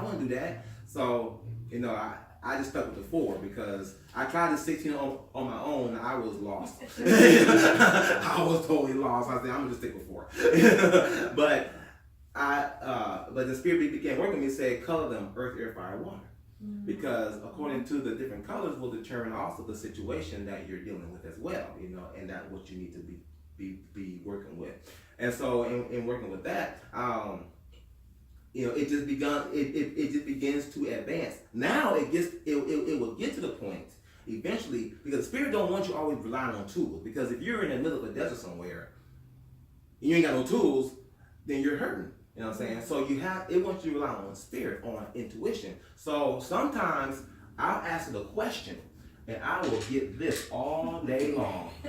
I'll get that all day long. And, you know, Okana, I'll get it all day long. And it's like, then I'll finally ask, you want me to use my intuition? Yes. You know what I'm saying? Fine. So I have to just go off my gut, you know, because that's what it wants. The Spirit, the whole purpose of the Spirit is to get you to focus on your self-power. Get you to focus on your divinity, to raise in your divinity so that way you're able to be God, woman, God, man on earth. Because that's what the end goal is. We came here, now we go back, but we go back in the flesh to be able to resonate the power and manifest the power that is within us already. So that way we can change the world the way it needs to be changed. So, you know, you want to use your prayer space to receive the messages. You want to, and sometimes you'll receive them in other areas, but you'll definitely, you know, receive them real good there. And you want to hear without question or doubt. You know, after a while, you know, it may not make sense at first, but after a while you begin to understand some of the stuff that's being said because it'll come back to you. You know, I do want to say real quick what voodoo is not and what voodoo is, because people seem to have that misunderstanding. You know, and you know, voodoo is not evil. Voodoo is not to be used to harm others. It is not to be used to manipulate others. It is not to be taken lightly either, because it's a serious spirituality and a serious way of life, and it's not to be abused. You know, you can abuse voodoo just like people abuse Christianity and abuse any other thing, you know, and hurt other people with that, and that's not right. You know, even though you do have people that use it for the wrong reasons, they do, and they use it for evil, and it's like the media focuses on that evil more so than the good. You know, voodoo, I would say you got about 20% bad people versus the 80% that is loving and good when it comes to voodoo. And it's a blessed thing. The voodoo is to be respected, because when you respect it, you respect yourself. It is love of self, spirit, and others. It is used for self-defining, self-evolution, self-empowerment, self-healing, self-love, self-knowing, and self-respect. That's what it's all for. Because so basically it's like, well, you're selfish. I guess so. You know what I'm saying? Because I can't help you if I can't help myself.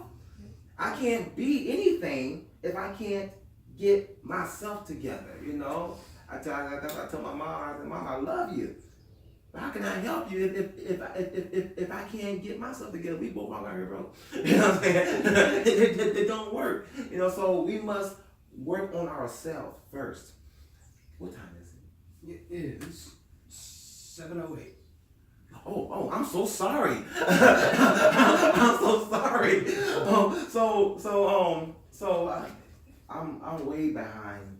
I think we started about 10-15 minutes late. So Okay. Well, Plus, have you ever been to any of Roger's workshops?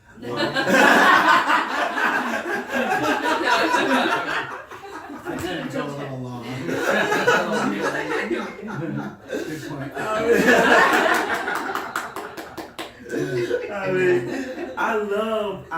I love this. This is so, you know, it's my dream to teach. It really is. It's my dream and my passion to just be able to help people, to share with people, to understand, you know, and just what I'm a part of and what I'm doing, you know what I'm saying? Because I feel that it can really, really be helpful. And it can change the world. If it can change the mind, like I said, men must change before kingdoms must change. If we can change, then many will change, because we are all connected to groups of people that needs to be helped. You know, and then if they see our light and they see our change, then they'll change. They may not even realize that they're changing. They just change it. With my parents. You know what I'm saying? Right. And that's the thing, and that's the beautiful part about it. You know, I mean, we see there are healers that are everywhere. You got healers that even are healing the spiritual realm, and that's like my godmother. She heals the spiritual realm, you know, and because even with these Orisha and stuff like that, they have baggage too. They don't have baggage, and it needs to be healed. It said that Shango and Ogun are enemies, but when they come to this realm, those that have their enemies, they become friends. That helps to heal that baggage, you know.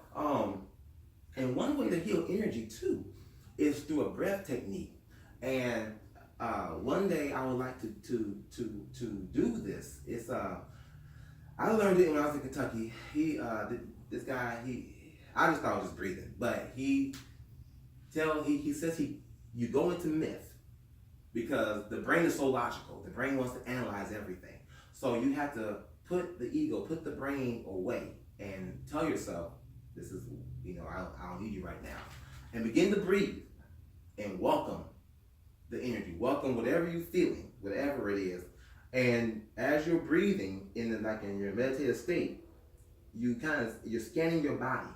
And wherever you're feeling whatever, if it's an itch, if it's a tingle, if it's a pain, you're feeling that. You feel it, and then you begin to, with your mind, move it up into your heart. And you're welcoming it to your heart, because your heart is like the earth. It transmutes. Like we talked about yesterday, it's that portal that transmutes into love. So you're welcoming that into your heart. And it's changing and wherever your body put that emotion, because that's basically what it is energy. Wherever your body put that emotion, you're changing that into love. And sometimes you'll come out crying, you'll feel like fussing, cussing, whatever. And you're in the room by yourself, because that energy has to come out. It has to change. And once it's done, you feel so light. But understanding too, that when you do that, all the other energies now see you. Like, oh, there's a light. You know what I'm saying? And they want to come. One time we was Andrea is his name. He was helping one of my other clients. And he was just talking to her, and I was on the other side breathing everything, just welcoming everything. It got so intense that it was like my whole body was on fire. But it wasn't hurting, it was just like tingling. You know how when your hand falls asleep? Yeah. That's how my whole body was. And I'm like, and he's like, okay, get some water, I can't move. So yes, you can. Just just move. I'm like, oh. It was the weirdest thing. He's like, and he like just walk around, and he said he was telling the woman, he's like, this is where they get the concept of zombies and mummies, because I was kind of like a mummy and a zombie. He said, now when you're ready to stop, just tell him, I'm done. And so I sat down again. I was like, okay, I've done all I can take. I'm done. And I could just feel it relieving. So you're in full control.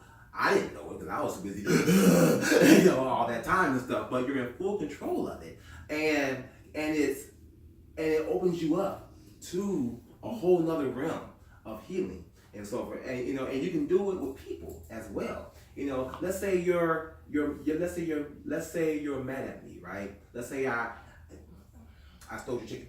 You know what I'm saying? But you're holding it in.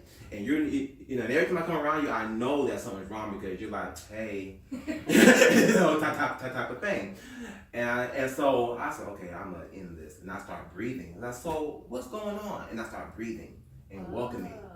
And just in my mind, I'm welcoming your anger. I'm welcoming what I know is going on. Yeah. And you start, well, nothing, I'm just, that really kind of ticked me off what you did. And the next thing you're fussing and cussing and crying. And I'm just constantly breathing and just breathing and welcoming it in. I'm pulling all that out of you. And then before you know, you're like, I'm sorry for yelling at you, but I feel really good right now. How are you doing? You know what I'm saying? And you're healed. It has healed you. So that's a form of healing that on the whole spiritual realm that can be done. You know what I'm saying? And like I said, I would love to be able to do that one day here for, to just do a session like that. Because it's very liberating, very, very liberating. So I mean, there's levels of healing that we can do, and the Spirit can give you the knowledge of all of these things. You know what I'm saying? Of all of it, just write it down, journal, and everything.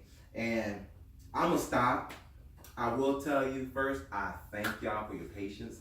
Thank you for your time. And there is a part 3.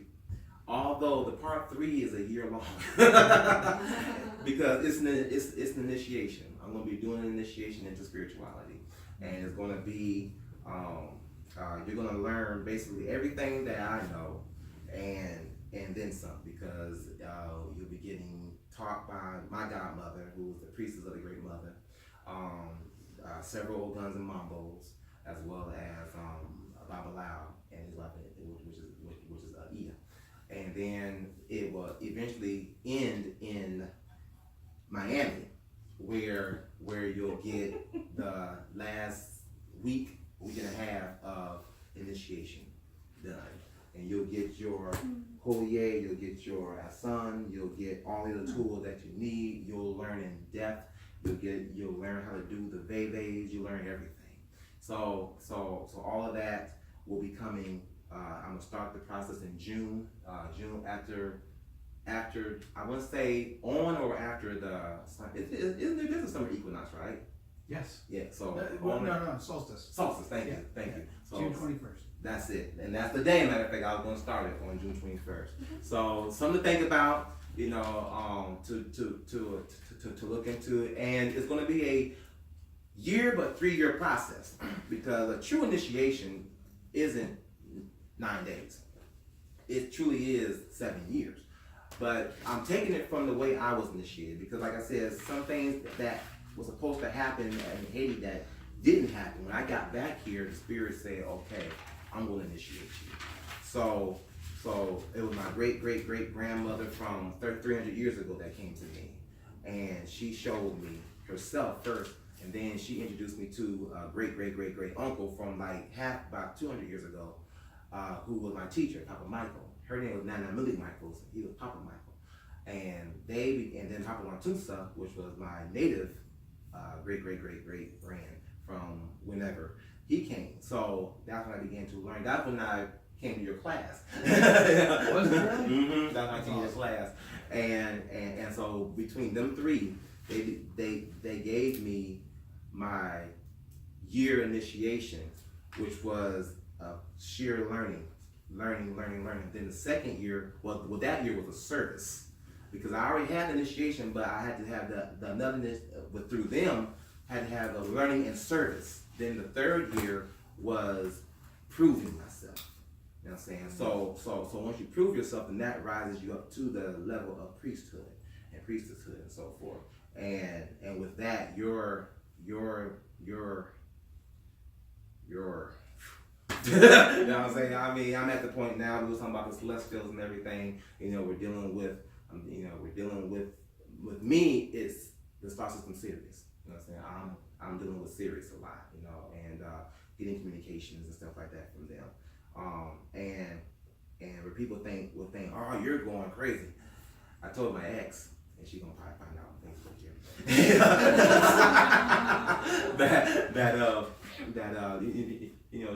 that I'm learning that I talk to aliens. So she said, "You believe in aliens?" I said, "No, I know that aliens are real. I communicate with them." She said, "Oh, I'll call you back." Haven't heard from her since. You know what I'm saying? But it's the truth. It's the truth, because once you're open, the spirit can begin to really bring you up and bring you out of that box, and you begin to really see what that this reality is just a mirage. It's an illusion. It's just an illusion, and that the real reality is within. So, are there any questions or any comments, anything like that? Well, I thank you. I have a question for Yes, you. sir. So for people who may be interested in doing that part 3, right? What does that look like? How does that process happen? Like if I was interested in taking that step, So what would I need to do? all right. So basically, just to put it out there now, it is a $7,000 price. It's a lot, but that don't go to me. That goes to that will be used throughout the course of that year, especially towards the last part. So during the course, the first year, you'll be learning. You'll be basically in school. You know what I'm saying? You're some things you're relearning, some things you're learning but I won't be teaching everything. Like I said, I'll have other people teach us. So I'll be paying them to teach. You'll learn the Egyptian. First, you'll learn the Great Mother, and you'll be seated with the Great Mother.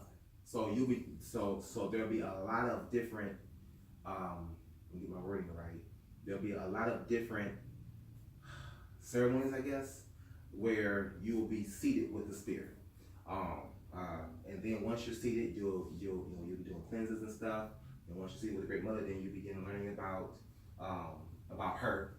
Then you'll now move into Kemet, ancient Kemet, and you learn everything about ancient Kemet. Then from there, you'll learn about Elay Fa.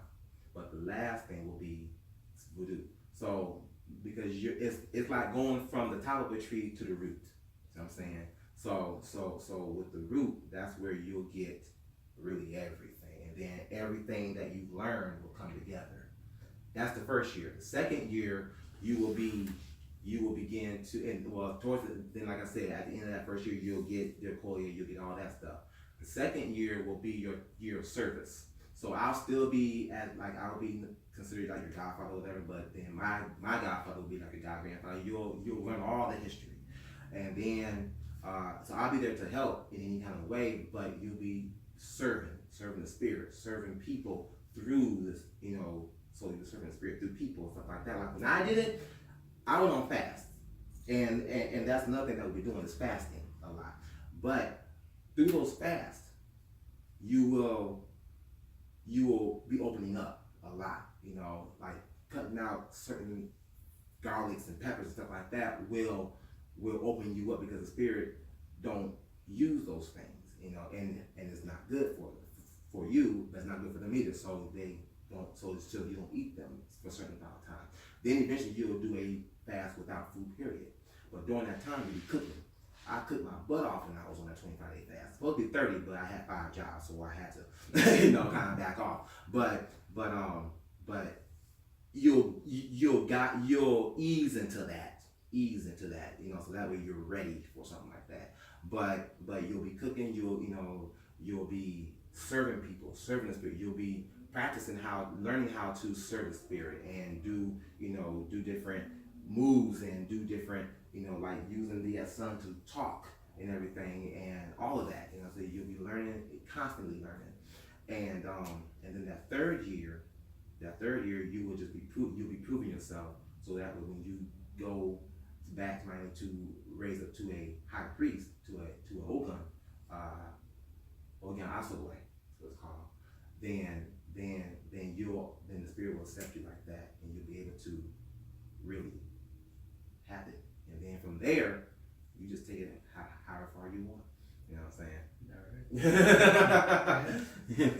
So that's how that. But the 7,000 gets you down to Miami. That pays for the teachers. That pays for the service, because when you're getting in the initiation down there, you're waiting on hand and foot. You have people serving you. You have 3 meals a day. You have everything that you need. You know what I'm saying? And then you're paying for the music. You're paying for all the drummers and stuff like that. You're paying for other mambos and stuff to come in, because they're also coming in to teach you, and old guns to teach you and stuff like that. So you're constantly getting taught, and then you have many ceremonies, and many you're also paying for the food, because not only are you eating, everybody's eating. It's a community thing. So you're being taught by more than just 1 or 2 people, and so forth. So that's what it's all about. So yeah, so that's gonna start June 21st, and it's gonna be awesome. So I thank y'all. I thank you, and I'm excited, and I hope I'm gonna talk to Rachel and them about doing another class, maybe a recap of this, but also I said that one. My mind is gone. How facing your challenges on a spiritual level. That's another class I would be able to definitely talk about.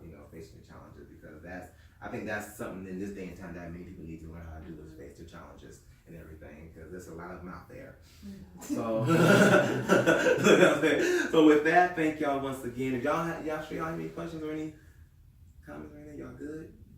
All right. Thank you. Thank you. Yeah, thank you. Thank you. All righty. All right. Awesome. Whoa, okay, that stopped. Trying to reconnect. It didn't even work. Ain't that some stuff?